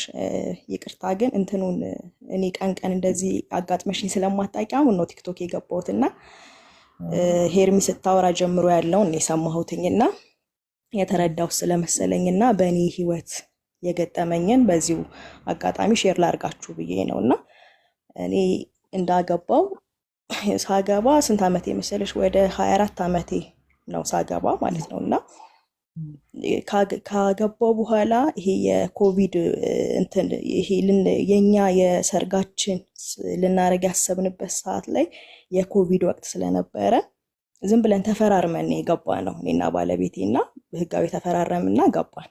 ከዛ ሰርግ አላደረግንም። መስክና ስቱዲዮ ተነስተን ልክ እኛ ስንመጣ ከአርባ ምንጭ እኛ እንደገባን ነው ወዲያውን የተዘጋጋው ነገሮችና በዛ ቀረ ሰርጋችንና ከዛ በቃ ወደ ትዳር አለሙ ገባን። ከዛ እኔ አክቹአሊ እዛ ሰዓት መጀመሪያ አካባቢ ላይ እንደዚህ የልጅ ሐሳቡ አልነበረኝም። ማለት ትንሽ መቆየት እፈልግ ነበረ ምናምን ስራዬም ንግድ ምናምን ስለነበር ሯሯጥ ስለነበረ ማስረክበውም ሰው ስላልነበረኝ ሱቄን እሰራ ነበርና ከዛ ግን 2 ዓመት ሰራሁኝና አይ በቃ ከዚህ በኋላ እንኳን በቃ እስቲ ሰርጉንም እንደግስ፣ በጣም ሰርግ ስለምወድ ስለነበር ሰርጉንም እንደግስ፣ በቃ ልጅም ይምጣ ወደሚለው ሐሳብ ተነጋግረን መጣንና ከዛ ግን ከሰርጉ ከመሆኑ በፊት ጀስት ይሄ ከዛ በፊት መድኃኒት አልጠቀምም፣ በቃ በተለያየ መንገድ ነው በቃ እንትን የማደርገው ማለት ነው ልጅ እንዳይመጣ የማደርገው እና መከላከያ የማደርገው ማለት ነው እና ምንም አይነት ግን እንደዚህ መድኃኒቶችም ምናምን የወሰድኩ ልጅም አይደለሁም እና ከዛ በቃ መውለድ የፈለግንበት ሰዓት ላይ ልክ እኛ የምናደርገው መሰለንና ልጅ የሚሰጥ እግዚአብሔር መሆኑን በደንብ አላስተዋልም። ማለት እኛ ስንፈልግ የሚመጣ ነበር የመሰለን። ከዛ አለን ከዛ ስናይ 3 ወር 4 ወር ምናምን ቼክ ስናደርግ ልጅ የለም። እኔ የቅርብ የምላቸውን እንደ ጓደኛ ምናምን ከዛ ፊት 2 ዓመት ኖሬያለሁ። ከዛ ነገርኳቸው እንደዚህ በቃ እንደዚህ እኮ እንደዚህ ያረኩኝ ግን በመከላከያ ምንም ወስደው ነገር የለም ልጅ እንደዚህ የለም ምናምን ያልኳቸው ሰዎች ግን ከዛ በኋላ የሚገርምሽ ሰርጌ ሆነ ተደገሰ። ያንን ነገር አውርቼዋለሁ እኔ ራሴ ማለት ገና ልጆች ስለሆነ ማንም ይሄ አለመውለድ ችላ ነው ምናምን የሚለውን እንትን አያደርግም ነበረ። ገብቶሻል? እንደዚህ በልጅ ማንም ጠይቆኝ አያውቅም ነበረና ኢቨን ማዘር ምናምንም ጠይቃኝ አታውቅም። በቃ ይሄ ገና ይሄ ያለመፈለግ ወይ ምናምን እንደ ሰው ፕሮግራም ተብሎ የሚታሰብ ነገር ስለነበር እውነት ለመናገር አካባቢው ያለ ሰው እኔ የምኖርበት አካባቢ ማንም ጠይቆኝ አያውቅም። ግን እኔ ይሄ ነገር ከኔ ካወጣሁት ካማከርኳቸው ሰዎች በጣም የቅርቤ ሚስጥረኛ የራሴ የምላቸው ሰዎች ግን ከነገርኳቸው በኋላ ከዛ በኋላ በጣም በንግግር እንድጎዳ ሆን ነበር እኔ ማለት ነው በሰዓቱ እና በጣም ብጠነክርም ገብቶሻል ማለት በጣም ከባድ ጊዜ ነበር። 1 ዓመት ነው ባይዘው ኮኪዬን የተቸገርኩት 1 ዓመት ከሰርጌ በፊት ያለችው ወራትና ልክ ከሰርጌ በኋላ በቃ እስከሚይዝልኝ ድረስ ያለችው 1 ዓመት ናት የተቸገርኩት ማለት ነው። እና ግን በዛ ውስጥ ምን አየሁኝ በቃ ይሄ ኢቭን በቃ ይሄ አምነዋለው የቅርቤ ነው በጣም ጓደኛዬ ነው ይሄ የስጋ ዝምድና አለን ምናምን የምትዩ ሰው እንኳን ሳያስበው ሊጎዳሽ ይፈልጋል በንግግር ማለት ነው። አንዳንዱ ኢንቴንሽናሊ ሊጎዳሽ ይፈልጋል፣ አንዳንዴ ደግሞ ባለማወቅ እና ግን በጣም ለመጠንከር ጌታ ታማኝ እንደሆነ ከዛ በፊት ጌታ ብዙ የተናገረኝ ሴት ነኝ ብዬ ስወጣም ስገባም እጸልይ ነበር። እጄን ሆዴ ላይ ጭኜ በጣም እጸልይ ነበርና ኢቭን ለሌሎች ምስክርነት እንዲሆን እኛ ከመታኘታችን በፊት ኢቭን ጸልየን ሁሉ እንተኛ ነበርና እና ደግሞ በቃ ኢቭን የምፈልገውን በእምነት በቃ ጌታ ሆይ ጸጉሯ እንደዚህ አይነት ልጅ እንደዚህ አይነት ቀይ የሆነች በቃ የመጀመሪያ ልጄ ቀይ ትሁን መልኳን ሁሉ እስከመምረጥ በቃ አምላኬን እምናድርገው ማለት ነው። እና እነዛ ሰዎች ደግሞ ምን አይነት ግፊት ነበራቸው ለኔ የሚሰጡኝ መድኃኒት እንድጀምር እነዚህ ይሄ ማህፀን የሚያፋፉ ምናምን መድኃኒቶችን እንድጀምር ግፊት ያደርጉብኝ ነበርና በፍጹም አልተቀበልኩም። የሚገርምሽ ነገር እኔ አሁን ያንን መጠቀም ኃጢአት ነው ምናምን ለማለት አይደለም፣ ግን በቃ እግዚአብሔርን እኔ ያውቀዋለሁ። በቃ መልካም አባት ነው እግዚአብሔር፣ ያለምንም በራሱ ነው የኔን ማህፀን የሚዳብሰው ብዬ ምንም አይነት ይሄ ፈርትራይዘር የሚወሰዱ እነዚህ እንትኖች ቫይታሚኖች ምንም ነገር አልተጠቀምኩኝም። እና ግን ምልልሽ ነው በጣም እንደዚህ የምጠነክርበት ፓርት አለ። ደግሞ መልሼ ሌሊት ኢቭን ይቀሰቅሰኛል። ሌሊት ይቀሰቅሰኝና ማለት ነው እንዴ ጎግል አደርጋለሁ። እንዴ ጌታ ሆይ እንዴት እኔ እንደዚህ ልሆን ነው? ባለቤቴ በጣም ነው እኔን የሚያጠነክረኝ እና ከሱ ጋር ሁሉ የሆነ አለመግባባቶች እንዴ አንተ ልጅ አፈልግም ማለት ነው ምናምን እስከምለው ድረስ ማለት ነው። አንተ ምንም አይመስልህም እንዴ ምናምን እስከምለው ድረስ እሱ ደግሞ እኔ እግዚአብሔር የተናገረንን ማምን ሰው ነኝ፣ በቃ አንቺ ከእምነትሽ አትጉደይ ምናምን ብሎ እኔን ያባብለኛል ምናምን እንጂ ኢቭን ስንጸልይ ማለት ነው አንድ ቀን አብሮኝ በህብረት ያልጸለይንበት ነገር ቢኖር የልጅ ነገር ነው። እኔ ብቻዬን ነው ቁም ሳጥኔ ጋር መስታወት አለ እጄን ሆዴ ላይ ጭኜ ምናምን የምጸልየው ጠዋት። እሱ ማታ ማታ አብረን ስንጸልይ አንድ ቀን የልጅ ጥያቄ ያነሳ። እኔ ጌታዬን አውቀዋለሁ፣ ይሰጠናል። በቃ እኔ ይሄ ኢሹ አይሆንብኝም። የእግዚአብሔር ታይሚንጉ ነበር የሚለኝ፣ እሱ ታይሚንጉ ስላልሆነ ነው። አሁን ምናልባት እኔና አንቺ እናት አባት የመሆን አቅማችን አሁን ላይ አነስተኛ ሊሆን ስለሚችል ነው። በቃ እግዚአብሔር ሁሉም በሰዓቱ ነው ለኛ የሚከነውንልን ምናምን ይላል እሱና፣ ግን እኔ ደግሞ እንደ ሴት ፊል አደርግ ነበረ። እነዛ የነገርኳቸው ሰዎች የሚገርምሽ አንደኛዋ ልጅ ወለደችና እኔ ሄድኩኝ አራስ ቤት ማለት ነው። ከእኔ ቀድማ ወለደች እና በጣም ነው ፊል ያረኩት። የዛኔ ሲሄድ እኔ እርጉዝ እንደሆንኩ አላወኩም እንጂ ለካ ቅሪት ነኝ ገና የመጀመሪያ ማለት ነውና እዛ ሲሄድ ያው ልጅ አንድም ቢሆን አሉኝ። እሷም እናቷም ያው ለእናቷ ስለነገረቻት ነው ያለውን ነገር። አንድም ልጅ ቢሆን መቼም ቤት የሚያደንቅ ቤቱን ሞቅ የሚያደርግ ልጅ አስፈላጊ ነው። ከመድረቅ አንድ ልጅ ያስፈልጋል ሲል በኢየሱስ ስም በቃ የሆነ ልቤ ክፍል ነው ያለው ማለት ነው። ጌታ ሆይ ለጠላት አንደበታቸውን በቃ እንደ ጠላት ነው ያዩዋቸው። አንደበታቸውን እኔ እንዲከፍቱ እንዴት ታደርግብኛለህ እግዚአብሔር ወይ ወጥቼ ማለት ነው። በቃ ብዙ ከእግዚአብሔር ጋር እያወራሁኝ ትራንስፖርት መጠቀም የነበረብኝን ቦታ አልፌ በእግሬ ረጅም መንገድ ነው የሄድኩት እና በጣም ይጎዳልልሽ ነው። ይቺ አንድ አመት እንግዲህ በጣም ሲሊ ነገር ናት። አንድ አመት አሁን ላይ ቆሜ እንትን ስላት ግን የዛኔ ውስጡ የነበርኩ ሰዓት ለእኔ ትንሽ ነገር አልነበረም። ብዙ ቀን ተደብቄ ያልቅሻለሁ። በጣም ብዙ ቀን ጌታ ሆይ እኔ ብዬዋለሁኝ። ምናልባት እኔና ባለቤቴ በጣም ስለምንፋቀር በጣም ስለምንዋደድ በቃ ማለት ቤታችን ሙሉ ስለሆነ በዚህ ልፈተን ነው እስከምል ደረጃ ደርሻለሁኝ። ከዛ ደግሞ ያለኝን ሁሉ ውስድ አድርገውና ጌታ ሆይ እኔ ልጅ ብቻ ስጠኝ፣ ቢያንስ አንድ እንኳን ስጠኝ ጌታ ሆይ። እኔ 6 ነው መውለድ የምፈልገው ታውቃለህ፣ ግን እንዴት ብዬ ከእግዚአብሔር ጋር በብዙ ሟገት ነበርና የሰው ንግግር በጣም ይጎዳል። ሰዎች ደግሞ ኢቭን ክርስቲያኖች ራሱ ምንም ባይናገሩ በቃ ማለት የሰው ልጅ ሲጋባ የሚጋባው የግድ ለመውለድ አይደለም። በቃ እግዚአብሔር መልካም ነው፣ ይባርካል፣ በልጅ በዘር ይባርካል። ተጋብቶ ሰው ሲጋባ እኮ ልጅ ኤክስፔክቴሽን እንደሚደረግ የታወቀ ነው። ግን ማለት ለሰው አእምሮ ብንጠነቀቅ፣ ለሰው ልብ ብንጠነቀቅ፣ በቃ ምንም አስተያየት ባንሰጥስ ምን ችግር አለው? ምንም ባንል በቃ ዝም ብንል፣ ስፔሻሊ ክርስቲያን የሆነ እህት ወንድሞች ቸርች ላይ ያሉ ሰዎች ኳየር ውስጥ ምናምን የተለያየ እንትን ውስጥ ያሉ ሰዎች ዝም ቢሉ። ምክንያቱም እኔ ጓደኛዬ ራሱ አሁን በጣም በቃ ቸርች ላይ ኳየር ላይ ግፊት ያደርጉባታል። አንቺ አታገቢም፣ አላገባሽም፣ እንደዚህ እኔ ጋር መታ ትላለች። አትስሚያቸው፣ በቃ እግዚአብሔር በፈቀደ ሰዓት ነው ሁሉ ነገር የሚሆነው እላታለሁ። እና ደግሞ ሰዎች እንደዚህ ይሄ አታገቢም ያላችሁ ስትናገሩ ንግግራችሁ ራሱ መልካም አይሆንም ለዛ ሰው። ማለት ህይወቱ ላይ ለሚፈጠረው ነገር በጣም ተጽዕኖ ነው። ነገሩ እንዲያዝበት ነው ኢቭን እያደረጋችሁ ያላችሁት። ንግግር መልካም ለሰው መልካም አንደበትን መዝራት እንጂ ይሄ ኔጌቲቪቲ በሆነ ማይንድ ሴት ሰው ላይ ሲዘራ ጥሩ አይሆንም። እና ምንናገረውን ብናስተውልና ደግሞ ያኛው ሰው የፈለገ ጠንካራ ቢሆንም የሆነ ስሜቱ ግን ይነካል።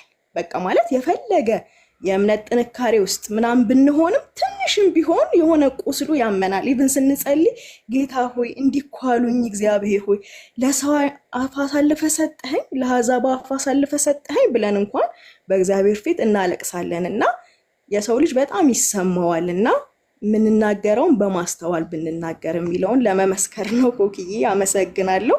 በዚህ አጋጣሚ የ2 ልጆች እናት ነኝ። እሺ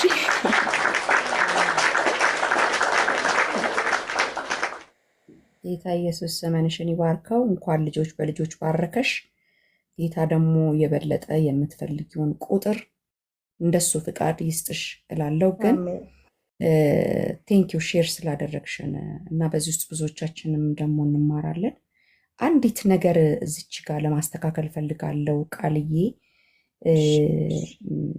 ለማስተካከል የምፈልገው ሁላችንም ምንድን ነው በእንደዚህ አይነት በተለያየ ኬዝ እንደዚህ አይነት ነገር በህይወታችን ሲኖር እንዲኮ ሆነ ብለን የነገርናቸው ሰዎች በተለያየ መልኩ ሊጎዱን ይችላሉ፣ ወይም አውቀውም ሳያውቁም ሊሆን ይችላል ድንገት። እና እግዚአብሔር ሆይ እንደዚህ ታስደርገኛለህ ብሎ ወደ እግዚአብሔር ነገሩን ከማሳበብ ይልቅ ማን ተናገሪ አለኝ እግዚአብሔር በፍጹም እኛ ላይ የሚያሳዝን ነገር አያደርግም። ይችን ነገር ላስተካክላት። ራሳችን ያመጣነውን ችግር ራሳችን ቸኩለን የተናገርነውን የራሳችንን ሚስጥር ኢቨን እነሱ እኮ አውቀውም እናትየው ድንገት ራሱ እንደው ከመድረቅ ያሉት ራሱ እኮ ድንገት ሳትነግራቸውም ሊሆን ይችላል እኮ። አንቺ ግን ለእሷ ስለነግረሻት ነግራቸው ይሆናል ብሎ ሀሳብም ሊመጣበሽ ይችላል። ነግራቸውም ሊሆን ይችላል ሳትነግራቸውም። ነገር ግን አንቺ ኦልሬዲ ከአንቺ አፍ ስለወጣ ጥርጣሬው አንቺ ውስጥ ሊፈጥር ይችላል እና ያንን የራሳችንን ችግር ራሱ በልብ ይዞ ከእግዚአብሔር ጋር ብቻ ጉዳዩን እንደመጨረስ እኛ እንዳንጎዳበት የሚያደርገን ትልቁ መፍትሄ የለም ብዬ አስባለሁ። እና እግዚአብሔር ላይ ወደ ላይ ለምን አይባልም? እግዚአብሔር አንተ እንደዚያ እግዚአብሔር ለእኛ በፍጹም እኛን በክፉ አይፈትነንም። ስለዚህ እኛ ራሳችንን ነው ማስተካከል ያለብን። ራሳችንን ለማን ምን መናገር እንዳለብን፣ የቱ ጋር ሚስጥራችንን ማስቀመጥ እንዳለብን፣ የራሳችን የሆነ ችግር ካለ እኛና እግዚአብሔር ብቻ ብናደርገው እኮ ሰው ድንገት እንኳን ተሳስቶ ቢናገር ወይ ችግሬን እኮ ስላላወቁ ነው ብለን እኮ ልንጽናና ሁሉ እንችላለን። ስለዚህ እችን ነገር ማስተካከል፣ ለማን ምን ነገር እንዳለብን ራሱ ማወቅ መልካም ነው። ለምን እንዳንጎዳ። አሁን እኮ ያንቺ እኮ አልፎ ሁሉ ነገር አልቆ ልጆች ተሰጥተውሽ ትዝብቱ እንደታዘብሽ ቀርቶ ምኑም አልፎ ሌላ ታሪክ ላይ ነሽ ያለሽ። ነገር ግን ምንም ቢሆን በህይወትሽ ላይ ጠባሳ አድርጎብሻልና እግዚአብሔር ይመስገን ሁሉም አልፏል። አንቺም ሌላ ህይወት ውስጥ ነሽ። ግን ሜቢ እነኝን ሰዎች ልብሽ ውስጥ የቀረሰው ካለ ይቅር በይ እላለሁ። ላይኖርም ይችላል። ግን በዛን ሰዓት እኮ ብሎ ልብሽ ውስጥ የቀረ ካለ ዞሮ አንቺን ስለሆነ የሚያደቀው ምህረት እያደረግሽ ስማቸውን እየጠራሽ ባርኪያቸው። እሺ ኮኪዬ፣ እሺ ብርክ በይልኝ። በጣም ላይፍሽን ያደረግሽን እና አንድ ሰው በዚህ ውስጥ ስለታደገ እግዚአብሔር ባንቺ ውስጥ በጣም በጣም በጣም በእውነት ቴንኪዩ።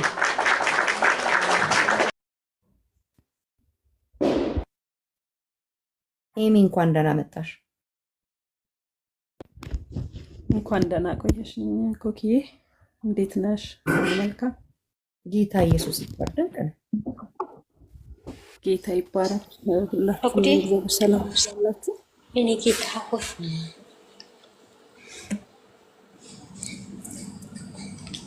አሜን። እኔ እናት ተናገሪ።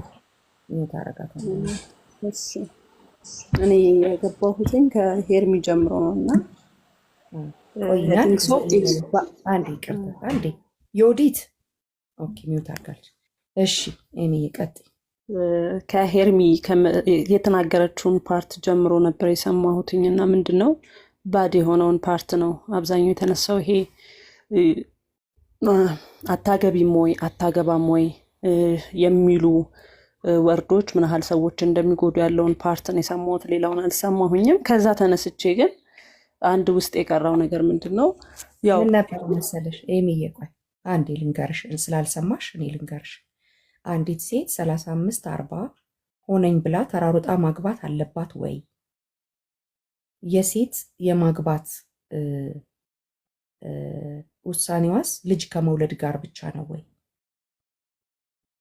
ከፍ ሳደርገው ማለት ነው። እና እሱን እያልን ከመጣን በኋላ ነው ወደዚህ ደረጃ የደረስነው። አይደለም ለማግባት አግቢ ብቻ አይደለም፣ ከተጋቡም በኋላ እንደገና ጥያቄው ይቀጥላል። ውለዱም ደግሞ ይመጣል፣ ድገሙ ደግሞ ይመጣል፣ ሰልሱ ደግሞ ይመጣል። ሰው ኮሜንት ከማድረግ አያርፍም የሚለው ጋር ደርሰን ነው መነሻ ሀሳባችንን ልንገርሽ ብዬ ነው። እሺ ተባረክልኝ ኮኪዬ። ሲጀመር እንደ ክርስቲያን ስለሆነ አብዛኞቻችን የምናስበው እዚህ ያለን ጋብቻ ከእግዚአብሔር የሆነ ነገር እንደሆነ ማወቅ ሁላችንም ይጠበቅብናል። አብዛኞቻችን እናውቃለን ከእግዚአብሔር ብቻ የሚሆን ነገር ነው። ምክንያቱም 35 ዓመት እስከሚሞላት ጊዜ ድረስ ያቺ ሴት ጋብቻውን ስላልፈለገች ነው ወይ ያላገባችው? አንደኛ። ሁለተኛ እየፈለገች እየሞከረች በሂደት ውስጥ ቆይታ ነው ወይ ያጣችው ያንን ትዳር? ምክንያቱም እኛ ስንፈልግ እኛ ስለመረጥን ብቻ የሚሆን አይደለም። ትዳር በእግዚአብሔር ፊት ውስጥ የሚጠየቅ ጥያቄ ነው። ሲጀመር ምንድን ነው የምናደርገው? 35 ዓመት እስከሚሞላን ጊዜ ድረስ ወይ ትዳሩ ወደኛ እንዲመጣ እንፈልጋለን ወይ ደግሞ እግዚአብሔር ይሰጠኛል ብለን የምንጠብቅ ሰዎች እንኖራለን። እነዚህ ሰዎች ግን እድሜ ከ35 ወይም ከ34 ክልል ውስጥ ያስገባንበት ኮዝ ሁላችንም እንደምናውቀው ጊዜን ለመጠቀም ነው። ሌላ ምንም እንትን የለውም። በ25 ዓመት ቢያገባ፣ በ23 ዓመት ቢያገባ፣ በ30 ዓመቱም ሰው ቢያገባ ያገባበት ሪዝን ወሳኝ ነገር ነው። ለምሳሌ እኔ አግብቻለሁ፣ የሁለት ልጆች እናት ነኝ። በትዳር ኦልሞስት አሁን ወደ 9 ዓመት እየሄድኩ ነው። ያገባሁት ስንት ዓመት ላይ ነው? 23 ዓመቴ ላይ ነው። 23 ዓመቴ ላይ ስላገባው ልክ ነኝ ማለት ላይሆን ይችላል። 35 ዓመት ላይም ስላገባች ልክ ላትሆን ትችላለች። ሁለቱም ነገሮች ግን ባላንስ የሚመጡት ያ የሚመጣው ትዳር ያ የምንቀበለው የእግዚአብሔር የሆነው ስጦታ በመጣበት ሰዓት በ35 ዓመቴም ሲመጣ ከእግዚአብሔር ከሆነ ከእግዚአብሔር የተላከ ከሆነ ወደ እኔ ህይወት ውስጥ ልክ ይሆናል። በ23 ዓመቴም ሳገባው ያገባውት ባል በሰዓቱና በጊዜው ከመጣ በረከቴ ነው። ስለዚህ የጊዜው ሂደት ማምለጡና ለማምለጡን ሳይሆን ማሰብ ያለበት አንድ ሰው ክርስቲያን ተንበርክከን ለገንዘብ እንደምንጸልየው ማለት ነው። ተንበርክከን ለኢኮኖሚ፣ ለአገልግሎት የሆነ ነገር እግዚአብሔር እንዲሰጠን ለበደላችን ተንበርክከን ጌታ ሆይ ይቅር በለን ብለን ጊዜ ወስደን እንደምንጸልየው ትዳር በመጀመሪያ ደረጃ ከጊዜው በፊት መጸለይ ያለበት ብዬ ነው ማምነው። ልክ ተንበርክከን ስንጸልይ እኔ አሁን ተንበርክከሽ በምጥ ያመጣሽው ነው ወይ ብትሉኝ አይደለም። 23 ላይ ሳገባ ማግባት ስላለብኝ ብዬ ስለተነሳው አግብቼ ሊሆን ይችላል። ውጤቱ ያለፍኩባቸው መንገዶች ናቸው ትዳርን ያስተማሩኝ፣ ውጤቱን ያስተማሩኝ። 35 ዓመት ላይ ግን የቆየችው ያቺ ሴት ግን በጊዜው እስከዛ እስክትቆይ ድረስ ግን ለትዳሯ ምን እየጠበቀች ነበረ? 35 ዓመቷ ላይ አግብታ እኔ ልትበልጠኝ ትችላለች በትዳሯ። እግዚአብሔር በሰጣት በረከት፣ እግዚአብሔር በሰጣት ኃይል ያ የተባረከ ሰው ሊሆን ይችላል እሷ ጋር የሚመጣው። የሚቀጥለውን ዘመኗን በእረፍት የሚያኖር ባል ሊሆን ይችላል የሚመጣው። ስለዚህ 35 ዓመት ላይ ማግባቱ ልክ ነው አይደለም ብዬ እንትን አልሰጥም። ልክም የማይሆንበት አጋጣሚዎች አሉ፣ ልክም ደግሞ የሚሆኑበት አጋጣሚዎች አሉ። ምክንያቱም የእግዚአብሔር ጊዜ የሚባል ነገር አለ። በሰዎችና በእግዚአብሔር መካከል ሌላ ሰው ሳይሆን የሚገባው ራሱ እግዚአብሔር ነው። በ35 ዓመቷ ውስጥ ያገባችዋ ሴት 35 ዓመት ድረስ እስክትቆይ የከፈለችውን ዋጋ እሷ ታውቃለች። ምናልባት በዚህ መካከል ፌለርቲ ሊኖር ይችላል። በዚህ መካከል ያለመዘጋጀት ሊኖር ይችላል። በዚህ መካከል የመረጠችው ወንድ በእሷ አቅም ውስጥ እኩል ሄዶ ላይሆን ይችላል። እሷ እንደምትፈልገው ቀጥሎ ላይሆን ይችላል። እንደገና ደግሞ 35 ዓመት ወይም 34 ዓመት ድረስ ስትቆይ ሞክራ እየሞከረችም እየመጣ የሚሄድ ነገር አለ። እኔ አንድ እህት ምን አለች ይመስላችሁ? ከእናቷ ከወንድሞቿ ከዘመዶቿ አርቃለች። አትጠይቃቸውም፣ አትሄድም እና በጣም ገረመኝና ለምንድን ነው ግን ፋሚሊዎችሽ ማትጠይቂው ብዬ ስጠይቃት የእውነት ነው የምነግራቸው፣ እያለቀሰች ቤተሰቦች ጋር በሄድኩ ቁጥር ስለ እኔ ጋብቻ ነው የሚነሳው። ንግግሩ በጣም ጎርቶኝ ስለሰለቸኝ አማራጭ መራቅ ብቻ ነው አለች። ታዲያ ለምንድን ነው ማታገቢው ብዬ እኔ ድጋሚያን ጥያቄ ጠየኳት። ኤሚ እኔ የማላገባው አለችኝ የሚመጣው ሰው በአጠቃላይ ባክግራውንዴን ፍለጋ ነው እኔን ፈልጎ የመጣው ወንድ እስካሁን አላጋጠመኝ። ማግባት ሳልፈልግ ቀርቶ መስሎሻል? ያንን ወንድ ሳልወድ ፈልጌ ባል ማግኘት ሳልፈልግ ቀርቼ መውለድ ሳልፈልግ ቀርቼ ይቅርታ፣ ምን ፍለጋ ነው? የኔን ባክግራውንድ ማለት ኢኮኖሚዋን፣ ህይወቷን ምናምን ያላትን ነገር ነው። ወንዶች ቀርበውኝ እወድሻለሁ ይሏታል፣ ይቀርቧታል። 2 ወር 3 ወር ይቆዩና የእውነት ነው ብላ ለማግባት ስትዘጋጅ የሆነ ነገር ታገኝባቸዋለች። ጥቅም ፍለጋ ማለት ነው፣ ወይም የእሷን ነገር ፍለጋ ነው። በዚህ ምክንያት ነው እኔ ማላገባው አለች ልጅቷ። በአጋጣሚ በልጅነቷ ያው ብለስድ የሆነች ልጅ ናት። ኢኮኖሚካሊ በጣም ጥሩ ሰዎች የምትላቸው ሰዎች ለትዳር ይጠይቋትና የተወሰነ ጊዜ ከተራመደች በኋላ የሚፈልጉት ይሄንን ነው። በዚህ ምክንያት ነው ፌል የሚያደርግብኝ አለች። እቺ ሴት ምንድን ነው ማድረግ ያለባት? ተንበርክኮ ከሰዎች ድምፅ፣ ከቤተሰብ ድምፅ፣ ከማንም ግፊት ተንበርክካ ምን ማድረግ አለባት መሰላችሁ? በእንባ የሚጠየቅ ነው ትዳር። በለቅሶ በእግዚአብሔር ፊት ተንበርክከን የሚጠየቅ ነው ትዳር። ምክንያቱም ምንም ችግር የሌለው ነገር ወደ ህይወታችን እንዲመጣ ረጅም ጸሎት ይፈልጋል ትዳር።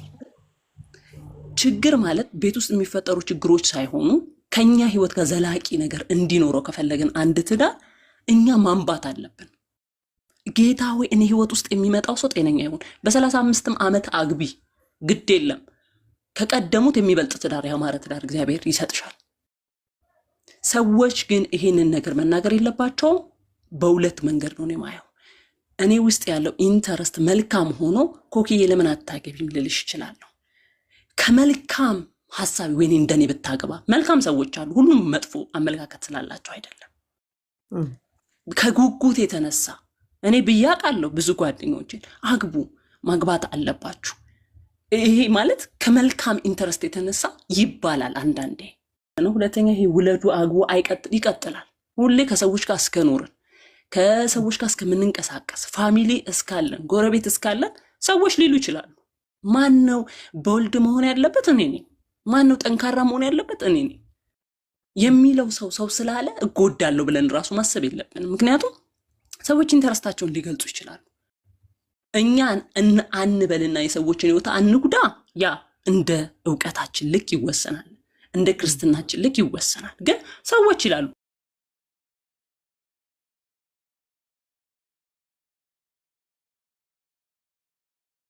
ይችላል እኮ ያ ነገር መጥቶ ያንን ሰው የሚሰብረው ከሆነ ችግር ነው። የሁሉም ሰዎች ቃላቶች አይሰበሰቡ። እኛ ባንል መልካም ነው፣ ለእኛ ትምህርት ይሁን። ሰዎች ለምን አሉኝ ካለን ግን ሳናገባ ልንቀር ነው ማለት ነው። ወይም ደግሞ ሰዎች ስላሉን ብቻ አግብተን ልንሰበር ነው ማለት ነው። ቆሞ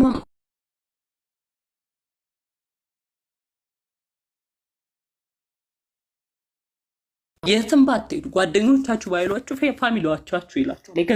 የገዛ ፋሚሊ ይላችኋል። አትበሉኝ አትሏቸው። አንድ ቀን ባይሏችሁ ሁለተኛ ቀን ይደግሟችኋል። ስለዚህ የሚጠበቅ ነገር ነው ብዬ ነው ማስበው። ሰዎች ሊሉን የሚችሉት ነገሮች ናቸው በምድር እስካለን ድረስ። ስለዚህ ዋናው ፖይንት ግን ምንድነው? እኛ እንጸልይ። እኔ የእውነት ነው የምልሽ ኮክዬ፣ ሰው ያተርፋል ብዬ ማስበው ማግባት ባለበት እችን ፖይንት ብቻ ልበላት ደግሜና ልጨርስ። በ35ም በ34ም በ40 ዓመትም በ27ም በ25ም አግቢ። ለስክታገቡ ድረስ ግን በእውነት ትልቁ ጥቅም ያለው ተንበርክኮ ማምጣት ነው። ያንን ወንድ ጸልዮ ማምጣት ነው። ያንን ወንድ ልዩነት ነው።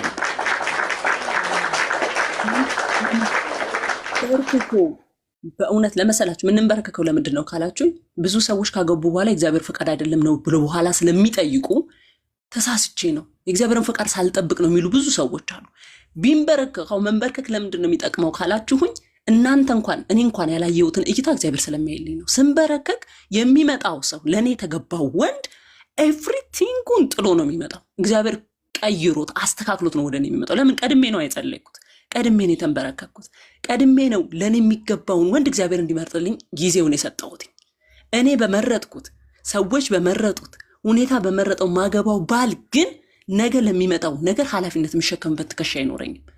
ኢቭን ውስጥ ሆነን ያ እግዚአብሔር የመረጠው ባል ሲመጣ ተንበርክኬ ስላመጣሁት ተንበርክኬ ስለሆነ የመጣው ያ ባል ቢመጣ ችግር ቢመጣ እንኳን የምንሸከምበት ኃላፊነቱ የምንሸከምበት ትከሻ እግዚአብሔር ይሰጣቸዋል። ስለዚህ ለምን አልወለደችም ብትባይ አይገርምሽም። እግዚአብሔር ልጅ እንደሚሰጥሽ ታውቂያለሽ። ተንበርክከሽ ነው ባልሽን ያመጣሽው፣ ጸልየሽ ነው ወደ አንቺ ያመጣሽው። ስለዚህ በእንደዚህ አይነት ነገር ሞራላችሁ የሚነካ ሰዎች ለምን አላገባችሁም? ጊዜውን እየጠበቅኩ ነው። እግዚአብሔርን ጊዜ እየጠበቅኩ ነው። እግዚአብሔር ለእኔ የሚገባኝን ወንድ ሲሰጠኝ እየጠበቅኩ ነው። ምላሻችሁ ይሁን። አይምሯችሁ በምንም አይነት ነገር አይረበሽ። ያ ማለት ግን ዝም ብላችሁ እግዚአብሔር ይሰጣል ብላችሁ ተቀመጡ ማለት አይደለም። እንደ ሰው ማድረግ ያለባችሁን፣ እንደ ሴት ማድረግ ያለባችሁን እንቅስቃሴ፣ እንደ ክርስቲያን ማድረግ ያለባችሁን እንቅስቃሴ እያደረጋችሁ ነው። ኮሚኒኬሽን እያደረጋችሁ የምትጠይቁትን ጥያቄ ከእናንተ ህይወት ጋር ማች ያደርጋል ወይ ብላችሁ ከእግዚአብሔር ጋር እያወራችሁ ነው እንጂ ቁጭ ብላችሁም አይመጣም ትዳር። ግን እነዚህን እያደረጋችሁ ካልመጣ እግዚአብሔር ጊዜ አለው። አላገባችም ስለተባልሽ አላገባም ስለተባልክ የእናንተ ትዳር ይቀራል ማለት አይደለም። ስለዚህ የተሻለውን ኑሮ ትኖራላችሁና የሚወረወሩት ቃላቶች አይደለም እኛን ሊያሸንፈን የሚገባው። እኛ የምንጸልየው ጸሎት የሰዎችን ቃላቶች አልፎ ስራ ሰርቶ አግብተን ወልደን ምላሽ ሊሆን ይገባል።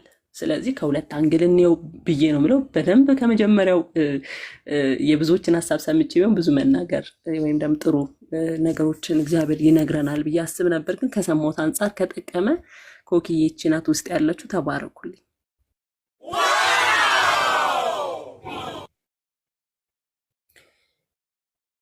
ጌታ ኢየሱስ ዘመንሽን ይባርከው። አንድ ነገር ብቻ ጥያቄ አለኝ ከተናገርሽው ውስጥ። ያው እንግዲህ ያልኩትን ብያለሁ በድምፅ ግን አንድ ብዙዎች ሲያነሷት የምሰማት ነገር አለች። ማድረግ የሚገባት አንዲት ሴት ብዙ ኮሚኒኬት የማታደርግ ከሆነ ከሰዎች ምናልባት ከስራ ወደ ቤት ከትምህርት ቤት ወደ ቤት ወይ እንደዛ ከሆነ ላታገባ ትችላለች ማለት ነው።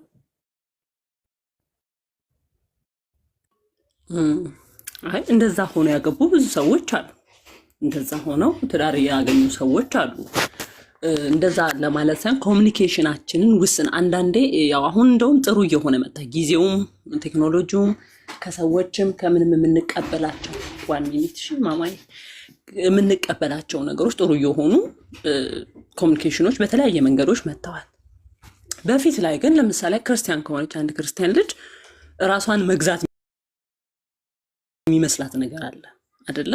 ራሳችንን ይሄ ለቅድስና ያዘጋጀን የሚመስል ከወንድ ጋር አለማውራት፣ ከክርስቲያን ሰዎች ጋር አለመገናኘት፣ ወይ የፍቅር ጥያቄ ሲነሱ በጣም ራሳችንን ኦፕን አድርጎ ከዛ ሰው ጋር ላለማውራት፣ ይሄ ቅድስና የሚመስሉ ግን ቅድስና ያልሆኑ ነገሮች እንደዛ አይነት ፓርቶችን ከህይወታችን አሁን ብዙ ሰው እኔ በ35 34 36 ላይ የደረሱ ሰዎች እንደዚህ አይነት ሰዎች አጋጥመውኝ ያውቃሉ በብዛት። ለምንድን ነው ብለሽ ስትጠይቂያቸው የእግዚአብሔርን ጊዜ እየጠበቅኩ ይሉሻል። እግዚአብሔር ለእኔ ያለውን ነገር እስኪያመጣ እየጠበቅኩ ብቻ ይሉሻል። ሌላ ሪዝን ታዲያ እግዚአብሔርን የምትጠብቂው ቤቷ እስኪመጣ ድረስ ገብቶሻል።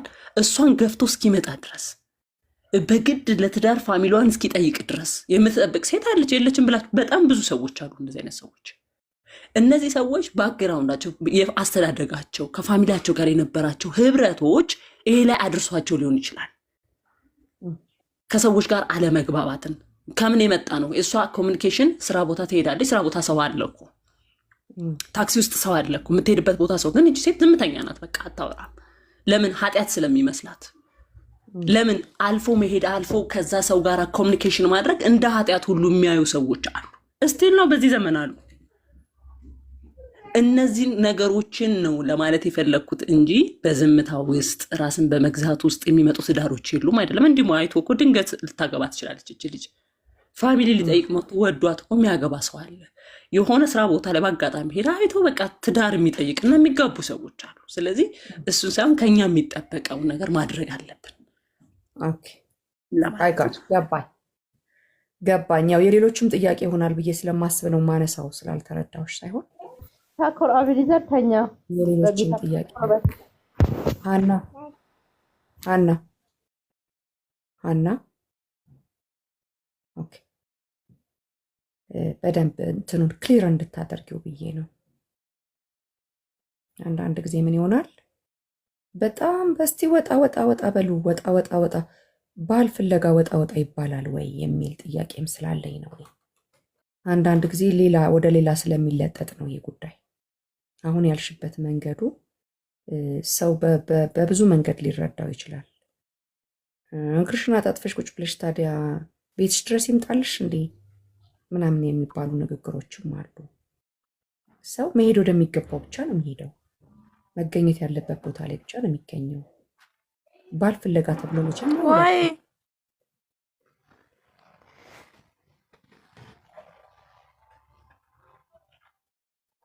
እና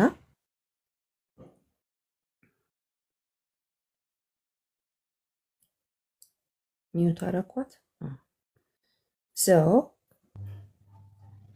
አንዳንድ ጊዜ ሰው እኮ በመንገዱ ላይ እየሄደ ወደ ሆነ ቦታ እየሄደ በመንገዱ ላይ የሱ የሆነ ነገር ሊያገኝ ይችላል። እና አንዳንዴ ወጣ ወጣም ስለተባለ ዘነጥ ዘነጥም ስለተባለ በየቦታው በየሬስቶራንቱና በየካፌውም ስለተገኘ ሰው ከተማውን ስላለም አይደለም ብዬ ነው ማስበው። ነገር ግን ከኛ የሚገባውን ነገር ሁሉ እየሩስ ሚውት አርጊው ማድረግ ማለት አሁን ኤሚ እንዳለችው ኤሚ ያለችው በቃ እሱ ይገልጠዋል። አልደግሞ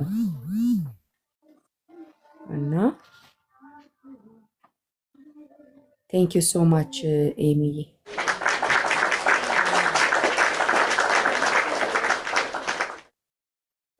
ኢየሩስ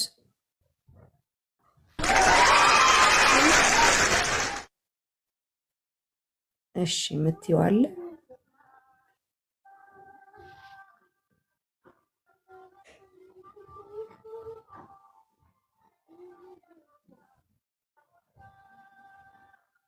ተሳስተሽ ነው የገባሽው?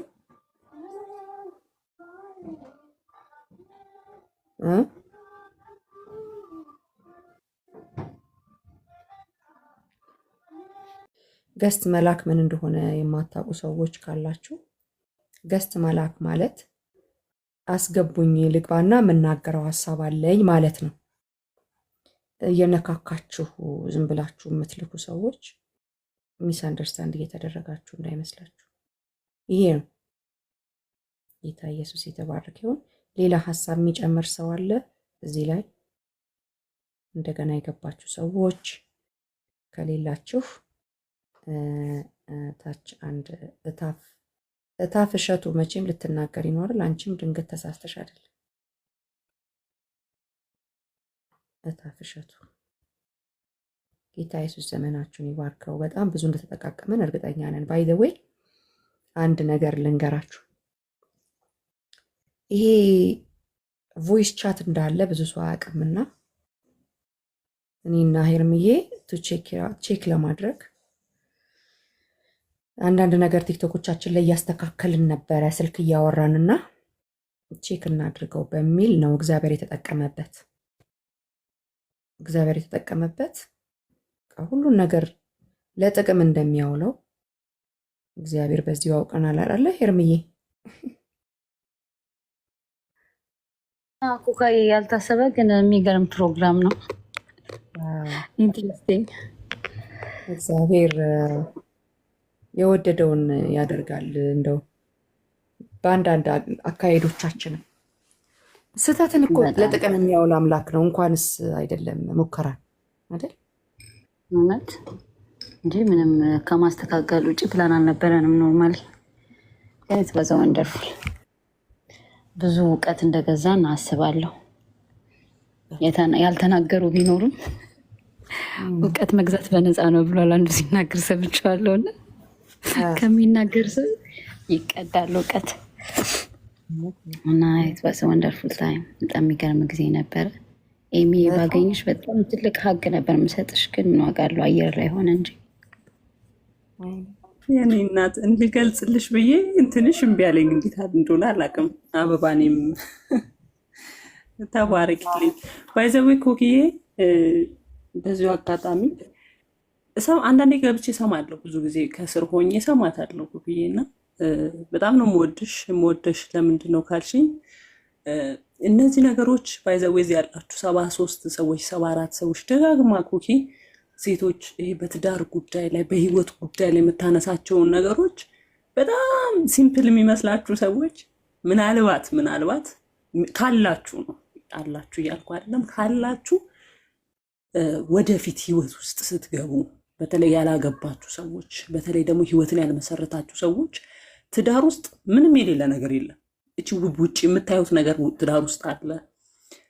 ትዳር ውስጥ ኢኮኖሚ አለ። ትዳር ውስጥ መንፈሳዊ ነገር አለ። ትዳር ውስጥ በቃ ምድር ላይ ያለው ነገር በሙሉ ትዳር ውስጥ አለ። ባይዘው ትዳሩ የሰራ ሰው ትዳሩ ላይ በቃ የመጀመሪያውን ነገር ያስተካከለ ሰው ብዙ ነገሩን ማስተካከል እንደሚችል ነው የሚሰማኝ። ስለዚህ በነፃ የምታገኙትን ይህንን እድሎች በጣም ቻሌንጅ የሚያደርግ ትምህርት የሰው ህይወት ነው የሚነሳው። እዚህ ጋር ቀልድ አይደለም፣ የሰው ነገር ነው የሚነሳው። እና ብዙ ጊዜ ደጋግማ ኢንከሬጅ ስታደርግ እንድትበረቱ እንድትቆሙ መንፈሳዊ ነገራችሁ በትዳራችሁ ህይወታችሁ እንዲሰራ የሚነሱት ኢሾዎች በአጠቃላይ የእውነት ነው የምነግራችሁ የብዙዎችን ገበና የብዙዎችን ህይወት የሚዳስስ ስለሆነ ነገ ማልጠቀምበት ነው ብላችሁ ዝም ብላችሁ የምታልፉ ሰዎች ስትገቡ ስትኖሩት ያኔ እንደዚህ ሲባል ባይዘዌ እኔ ሳገባ ወይም ሰው አንዳንዶቻችን ስናገባ ይህንን እድል አላገኘንም።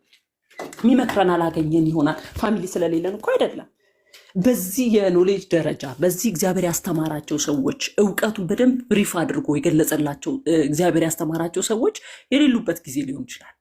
ስለዚህ በእውቀት ነው ትዳር የሚመራው ያልኩኝ ሳይሆን መንፈሳዊ እውቀት ግን ግድ ነው ለትዳር። መንፈሳዊ አቅም በጣም ግድ ነው ለትዳር። ስለዚህ በጣም ነው ኢንከሬጅ አሁንም በደንብ አድርጌ ነው ማደርግሽ ኮክዬ። በጣም ብዙ ሊሰሩ የሚገቡ ነገሮች ናቸው ያሉት ሴቶች ላይ እና በጣም ብዙ ጉድ አለ። በጣም ብዙ የሚያስለቅስ ብዙ የሚያስነባ ትዳር ማለት ቀልድ እንዳልሆነ አውቃችሁ እንድትጀምሩት የሚያደርግ። ስለዚህ ስታነሳችሁ አንዳንዴ ራሳችሁን የጣላችሁ ሰዎች ላይ ኢሹ አንስታ ነገ መነሳት አለብኝ እችላለሁ አደርጋለሁ የሚሉ ነገሮችን ታነሳለች ኮክዬ። አገባለው ነገ ጊዜው አላለፈም እግዚአብሔር ከኔ ጋር ነው ይሰጠኛል ትዳር። እነዚህ ቀልድ የሚመስሉ ኢሹዎች አይደሉም። ህይወትን ነው የነገራቻችሁ። ነገ የሚደርስባችሁን ነገ የምትኖሩትን ህይወት ነውና በጣም በዚህ አጋጣሚ ይሄ ነገር እንዲሰፋ በዚህ ብቻ እንዲቆም አይደለም። ብዙ ሴቶችን ከብዙ ነገር የሚያወጣ ከዚህ ዘመን የሚያወጣ ትዳርን እንደቀላል የምናይበት ዘመን ላይ ነን ያለ ነው። ትዳር ቢፈታ ቢገባ ቢኖር ባይኖር ክርስቲያኑ እያለ ያለበት ዘመን ነው። ከዚህ ሁሉ የሚያላቅቅ የጸዳ የሆነ ነገሮች ውስጥ እንድንገባ የሚያደርግ ነገር ነው እያስተማርሽ ያለሽውና እኔ የእውነቴን ነው የምልሽ። ብዙ ጊዜ እኔም ቀን ላይ በፊት አሁን ነው አልገባም መሆን ነው እየገባሁ ያለው ተመልሼ እንጂ ብዙ ጊዜ ቀን ላይ አላገኘሽም ወይ ወደ ማታ ከ12 ሰዓት በኋላ ምናምን ነው የምደርስብሽ እና አንዳንዴ ሰማሻለሁ። ብዙ መልካም ነገሮች ከአንቺ ይወጣሉና ብዙዎች ወጥተው እዚህ ጋር ባይናገሩ እንኳን ብዙ እውቀት ሸምቶ እንደሚሄዱ እርግጠኛ ነኝ። ወጥተው መናገር ባይችሉ እንኳን ቤታቸው ውስጥ ስራን እየሰሩበት እንዳሉ እርግጠኛ ነኝና ጌታ ዘመንሽን ይባርክ። ተባረኪልኝ። የብዙ ዘመን ደግሞ ትውልዶች የአንድ ቀን ሳይሆን የብዙ ዘመን ለሌሎች የሚተርፉ ትውልዶች ይፈጠሩበታል ብዬ ነው ማስበውና ጌታ ዘመንሽን ይባርክ። ተባረኪልኝ ኮክዬ። በዚህ አጋጣሚ ሄርሜዬም ተባረኪ። ሁላችሁ ልጄም ስላየሁሽ ደስ ብሎኛል። አሜን።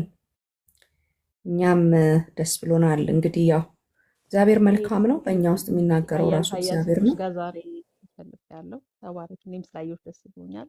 በጣም ረዥም ጊዜ ተባረኩልኝ አያሉች። እኔ ራሱ የኔን ህይወት ባወራ ኩኪ በጣም ብዙ ነገር እና ስሰማሽ በጣም ደስ እያለኝ በምሰማሽ ጊዜ አለ ኩኪ። በጣም ነው የምወድሽ ሄርሚዬ።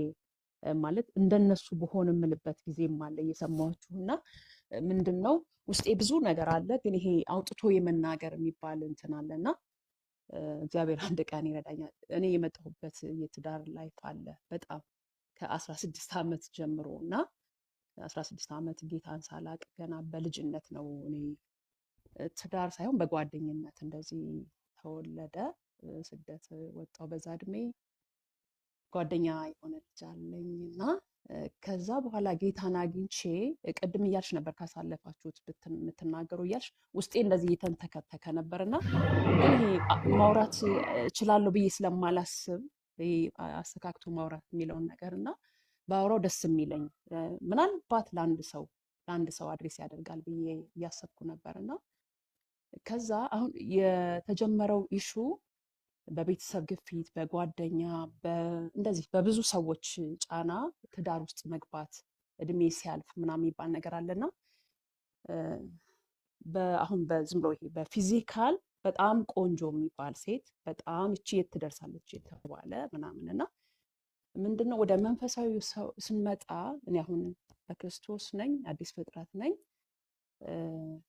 ምን ሆነ እያወቅኩ ማለት ነው እያወቅኩ ከልጄ ከ16 ዓመት በፊት በጣም የሚወደኝ ሰው እንግዲህ 11 12 በነበርንበት የሰፈር ልጅ በሚባል ማለት ነው እና እሱም ስደት ወጥቷል። እኔ በመሀል ልጅ ወልጃለሁ እንደዚህ እና በቤተሰብ ግፊት ሰው ብርሃን ከጨለማ ምን ህብረት አለው የሚለውን ሰው ተምሮ ከዛስ ለልጆች እያስተማረ ያ ሰው ሲገባበት በጣም ያሳዝናል። እና ምን ልላችሁ ፈልጌ ነው ትንሽ አድጌያለሁ ባልኩበት በመንፈሳዊ ህይወት ላይ እና የቤተሰብ ፍቅር በጣም አለ። ወንድሜ መጣ የሚሰራበት ቦታ መጥቶ በጣም ፊዚካሉ እንትን ነው በጣም እና ወንድ ልጅ ያለቅሳል ብላችሁ በማታስቡት ደረጃ ነው ተንበርክኮ ማለኝ። እኛ ሚስቶቻችን አቅፈን ቤተሰቤ አያምንም፣ እኔ ብቻ ነኝ ክርስቲያን እና እኛ ሚስቶቻችን አቅፈን እያደርን አንቺ ጉልበትሽን አጥፈሽ ታድሪያለሽ ብሎ ተንበርክኮ መሬት ይዞ ተንበርክኮ አለቀሰ። እኔ ጋስ አለ ያ ብርሃን የሚባል ነገር አለ። የሚያምን ከማያምን ጋር ምን ህብረት አለው የሚለው ቃል አለ እኔ ጋር። ይህንን ጠንቅቄ አውቃለሁ። ከዛ ትናንትና ልጆችን ሰብስቤ አደራ የማያምን ሰው እንዳታገቡ ብዬ አስተምሬያለሁ። አያችሁ። ከዛ ወደ እኔ ሲመጣ ይሄን ነገር በጣም ጫና እህቴ እዛ እንትን ትላለች። ሰው ልጁ ከአሜሪካ ነው የሚመጣው ምናምን ብዙ ነገር አለ ብዙና እኔ እድሜ እንዳልኳችሁ ነው በጣም ቆንጆ እንትን ላይ ነው ያለሁት። ግን ፊዚካል ቅድም ቃሌ እያለች ነበረ ማን ነው የሆነ ሰው ሲል ነበረ የ50 ዓመት ሆኖ እንደ 20 ምናምን የሚሆን አለ ፖዝ እንደሆነ ነው የኔ ፊዚካሊ በጣም በሚገርም ሁኔታ እግዚአብሔር ይመስገንና ምን ልል ፈልጌ ነው እያለቀሰ ሰው ሄዶ ቀለበት ያደርጋል። ያ የእግዚአብሔር ቃል አንቆ ይዞኝ እያለቀስኩ የእውነት ነው ማወራችሁ። ጸጉሬን እየሰራኝ ልጁ ጸጉሬን እየፈሸነልኝ ዋይፕስ ነው እያመጣ እንባይን እየጠረኩ የነበረው። ምን ሆነሽ ነው እንዴት ነው ወዴት ነው አላለኝም፣ አልጠየቀኝም። ጀስት ብቻ እንባዬ ሲፈስ እያየ በመስታወት ነው የሚያየኝ። አምጥቶ ይሰጠኛል፣ እጠርጋለሁ። ለምን ሄጄ እዛ ጨለማ ጋር ኪዳን ላደርግ ነው። አያችሁ። አሁንም ልል የፈለኩት ልናገር የፈለኩት ትክክል ተናግሬ ከሆነ ማለት ጥሩ ተናግሬ ከሆነ አደራ እድሜ የእኛን አምላክ አይይዘው። አደራ እምላችሁ ከማያምን ሰው ጋር እንዳታደርጉት። ለምን ዋጋ ነው የሚያስከፍል። ከየትም ይምጣ ማንም ይሁን የሚወዳችሁ ምናምን ኖ ከጨለማ ጋር አደራ ነው ብላችሁ አደራ። ይሄን የእግዚአብሔር ቃልም አስጠንቅቆ ስለሚናገር እኔ በዛ በአስተማርኩበት ቃል ተያዝኩኝ። አንዳንዴ የሆነ ዘምራችሁ ስትወርዱ በዛ በዘመራችሁት እንትን አጅሬ አታክ ያደርጋል። በተናገራችሁት ባስተማራችሁት የሆነ ነገር አጋጥሟችሁ ያውቃል መቼም እናንተ ብዙ እንትን ስለምትሉና ይችልል እፈልጋለሁኝ። ለምን ዞሮ ለኔ እንባ ነው ያተረፍኩት፣ መላተም ነው መጋጋጥ ነው የሚሆነውና ፕሊስ እላለሁኝ።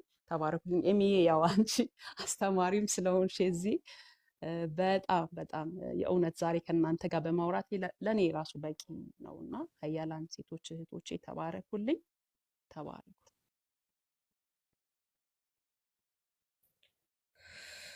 ዋው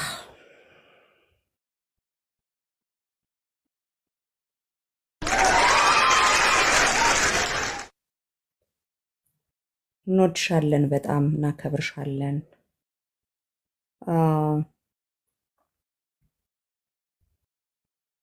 መጨረሻው ግን እንዴት ሆነ? መጨረሻውን ብትነግሪኝ ደስ ይለናል።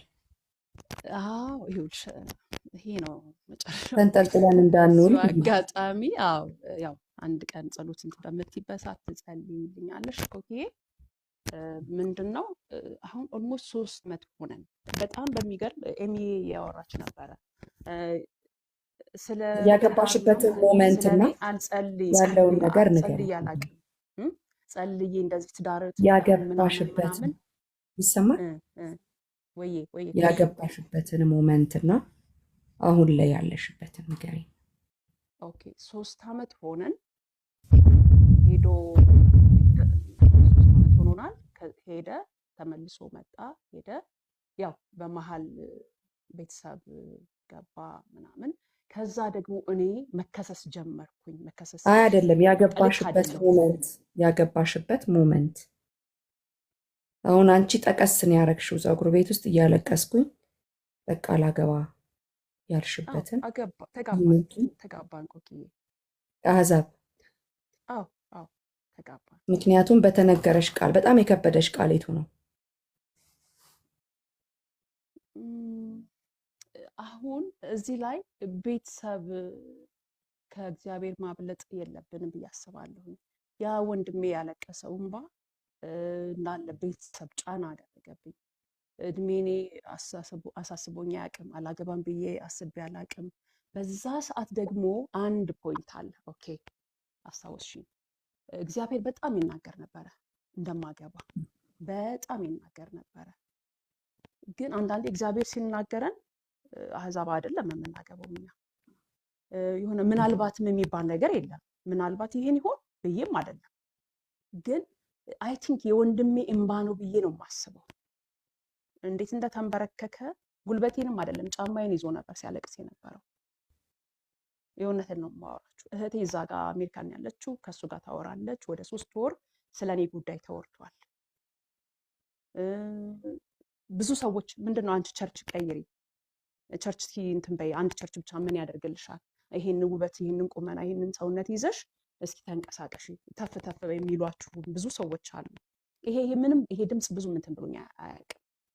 ትንሽ ይሄ የቤተሰብ ፍቅር የሚለው ለቤተሰብ እውነት ይሄ ነው የወንድሜ እንባ ይመስለኛል እኔ ተጽዕኖ ያደረገብኝ።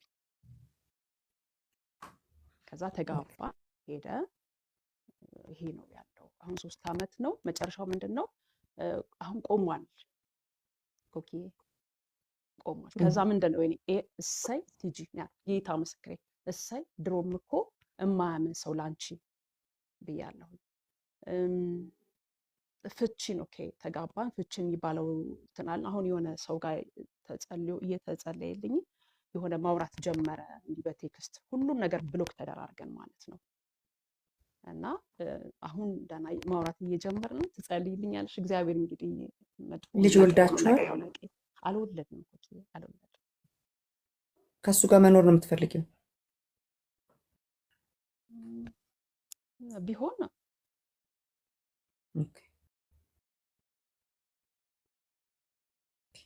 ጌታ መሰከርሽለት? በደንብ እንትን ይላል፣ ያውቃል። ቸርችም ሄድ ነበረ ኬንያ በነበረበት ሰዓት። ቸርች በደንብ ያውቃል ነው ወይስ ክርስቲያን ነው? ክርስቲያን አይደለም ግን ይሄ በደንብ ያውቃል፣ ስለ ጌታ ያውቃል በደንብ ይብና። አይ ጥያቄ ክርስቲያን ነው ወይ ነው? ስለ ጌታ የሚያውቁ ሁሉ ክርስቲያን ናቸው ማለት አይደለም። እኔ የምጸልይልሽ እሱ ጌታን እንዲያገኝ ነው። ጌታን ካገኘ በኋላ ሌላው ሁሉ ቀላል ነው። እሱ ጌታን ያገኝ። ጌታን አገኘም አላገኘም ባልሽ ነው። አክቹዋሊ ግን እሱ ጌታን እንዲያገኝ ነው የምጸልይልሽ እንጂ ያው በቃ ብዙ አላወራም። እሱ ጌታን ቢያገኝ፣ ጌታ የቤታችሁ ራስ ቢሆን ሌላው ነገር ቀላል ነው የሚሆነው እና ለሌላም እዚህ ጋር ላሉ ሰዎች ለማስተካከል ነው። ያውቃል፣ ቃል ያውቃል፣ እንትንም ያውቃል፣ መዝሙርም ያውቃል፣ እንትንም ያውቃል። ኖ ኖ ኖ ኖ ጌታን ያውቀዋል ወይ ነው ጥያቄው። ለሌሎቻችሁም ጌታን ማወቅና ቃል ማወቅ ይለያል። የቃሉን ፊደሉን ማወቅና መንፈሱን ማወቅ ይለያያል። ጌታን ራሱን ማወቅ ይለያያል እና እሱ ላይ እንዳትሸወዱ ለማለት ነው። የነበረን ዲስከሽን ግን በጣም ጠቃሚ እንደሆነ እኔ ቮይስ እኔና እንዳልኩት ነው። እኔና ሄርምዬ ቮይስ ቻቱን ቼክ ለማድረግ ነው የገባ ነው፣ ግን ቁም ነገር ሰራንበት። ጌታ ኢየሱስ ይባረክ። ገነት ደስታ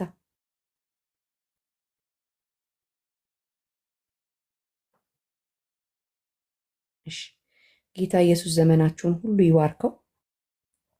በዚህ በቮይስ ቻት እንግዲህ እንደዚህ ዲስከስ ማድረጊያ ጊዜ አደርጋለሁኝ በሌላ ጊዜ ቮይስ ቻቱን ስላወቅኩት ማለት ነው። ኮሜንት መጻፍ ያቃታችሁ ሰዎች ይሄ ቮይስ ቻት የሚጠይቀው ሰብስክሪፕሽን ነው። ሰብስክራይብ ማድረግ የምትችሉ ሰዎች ሰብስክራይብ አድርጉት። ቤቱ በቃ አለቅ። ለዚህ ነው ኮሜንት እምቢ የሚለው። እዚህ ጋር ሰብስክራይበሮች ናቸው። አይ ቲንክ ይሄ ቮይስ ቻቱ ላይ እንደዛ ነው። አዲሱ ነገር አሁን እዚህ የተማርነው እዚህ ቁጭ ብለን የተማርነው። ጌታ ኢየሱስ ይባርካችሁ። ሁላችሁንም ወዳችኋለሁ። ብርትት በይ እህቴ። ጌታ ካንቺ ጋር ነው። ጌታ ኢየሱስ ክርስቶስ ባለቤትሽ በህልሙም ሆነ በእውኑ የእኛን ልብ ባቀለጠበት በዛ ፍቅር ልቡን ያቅልጠው፣ ያገኝልሽ። ጌታ መንፈስ ቅዱስ ባልሽን የእውነት ከጌታ ጋር ኢንቲሜሲ እንዲኖረውና ወደ አንቺ ወደ ባለቤቱ በእውነተኛ ፍቅር እንዲመለስ እዚህ ውስጥ ያለነው 71 ሰዎች ከኔ ጋር ተስማምተን ጸለይን። በኢየሱስ ክርስቶስ ስም ተፈጸመ። በምስክርነት ነይ። ላይፍሽን ሼር ስላደረግሽን በጣም እናመሰግናለን። እንወድሻለን።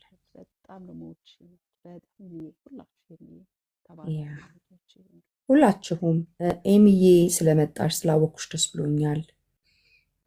እንደዚህ እየመጣን ደግሞ ዲስከስ እናደርጋለን። ይሄ ቮይስ ቻት በጣም ጥሩ ነው። በተለይ እንደምታውቁት ነው እንግዲህ ሁላችሁ እኔ አገልግሎቴ ውመን ኢምፓወርመንት ስለሆነ ኦዲየንሶችም ሴቶች ናቸው። የምነካካውም ስለ ሴቶች ነው። መፍትሄውም ያለው ደግሞ እኛው ጋር ነው እና በተለይ ሴቶችን ነገር በደንብ እንወያይበታለን። ሰዎችን ኢንካሬጅ እናደርግበታለን። እንደዛ እናደርጋለን። የሆነች ቀን እንወስንና እንመጣለን፣ በቮይስ ቻት ማለት ነው። እዚህ የነበራችሁ ተባረኩ። ወዳችኋለሁ።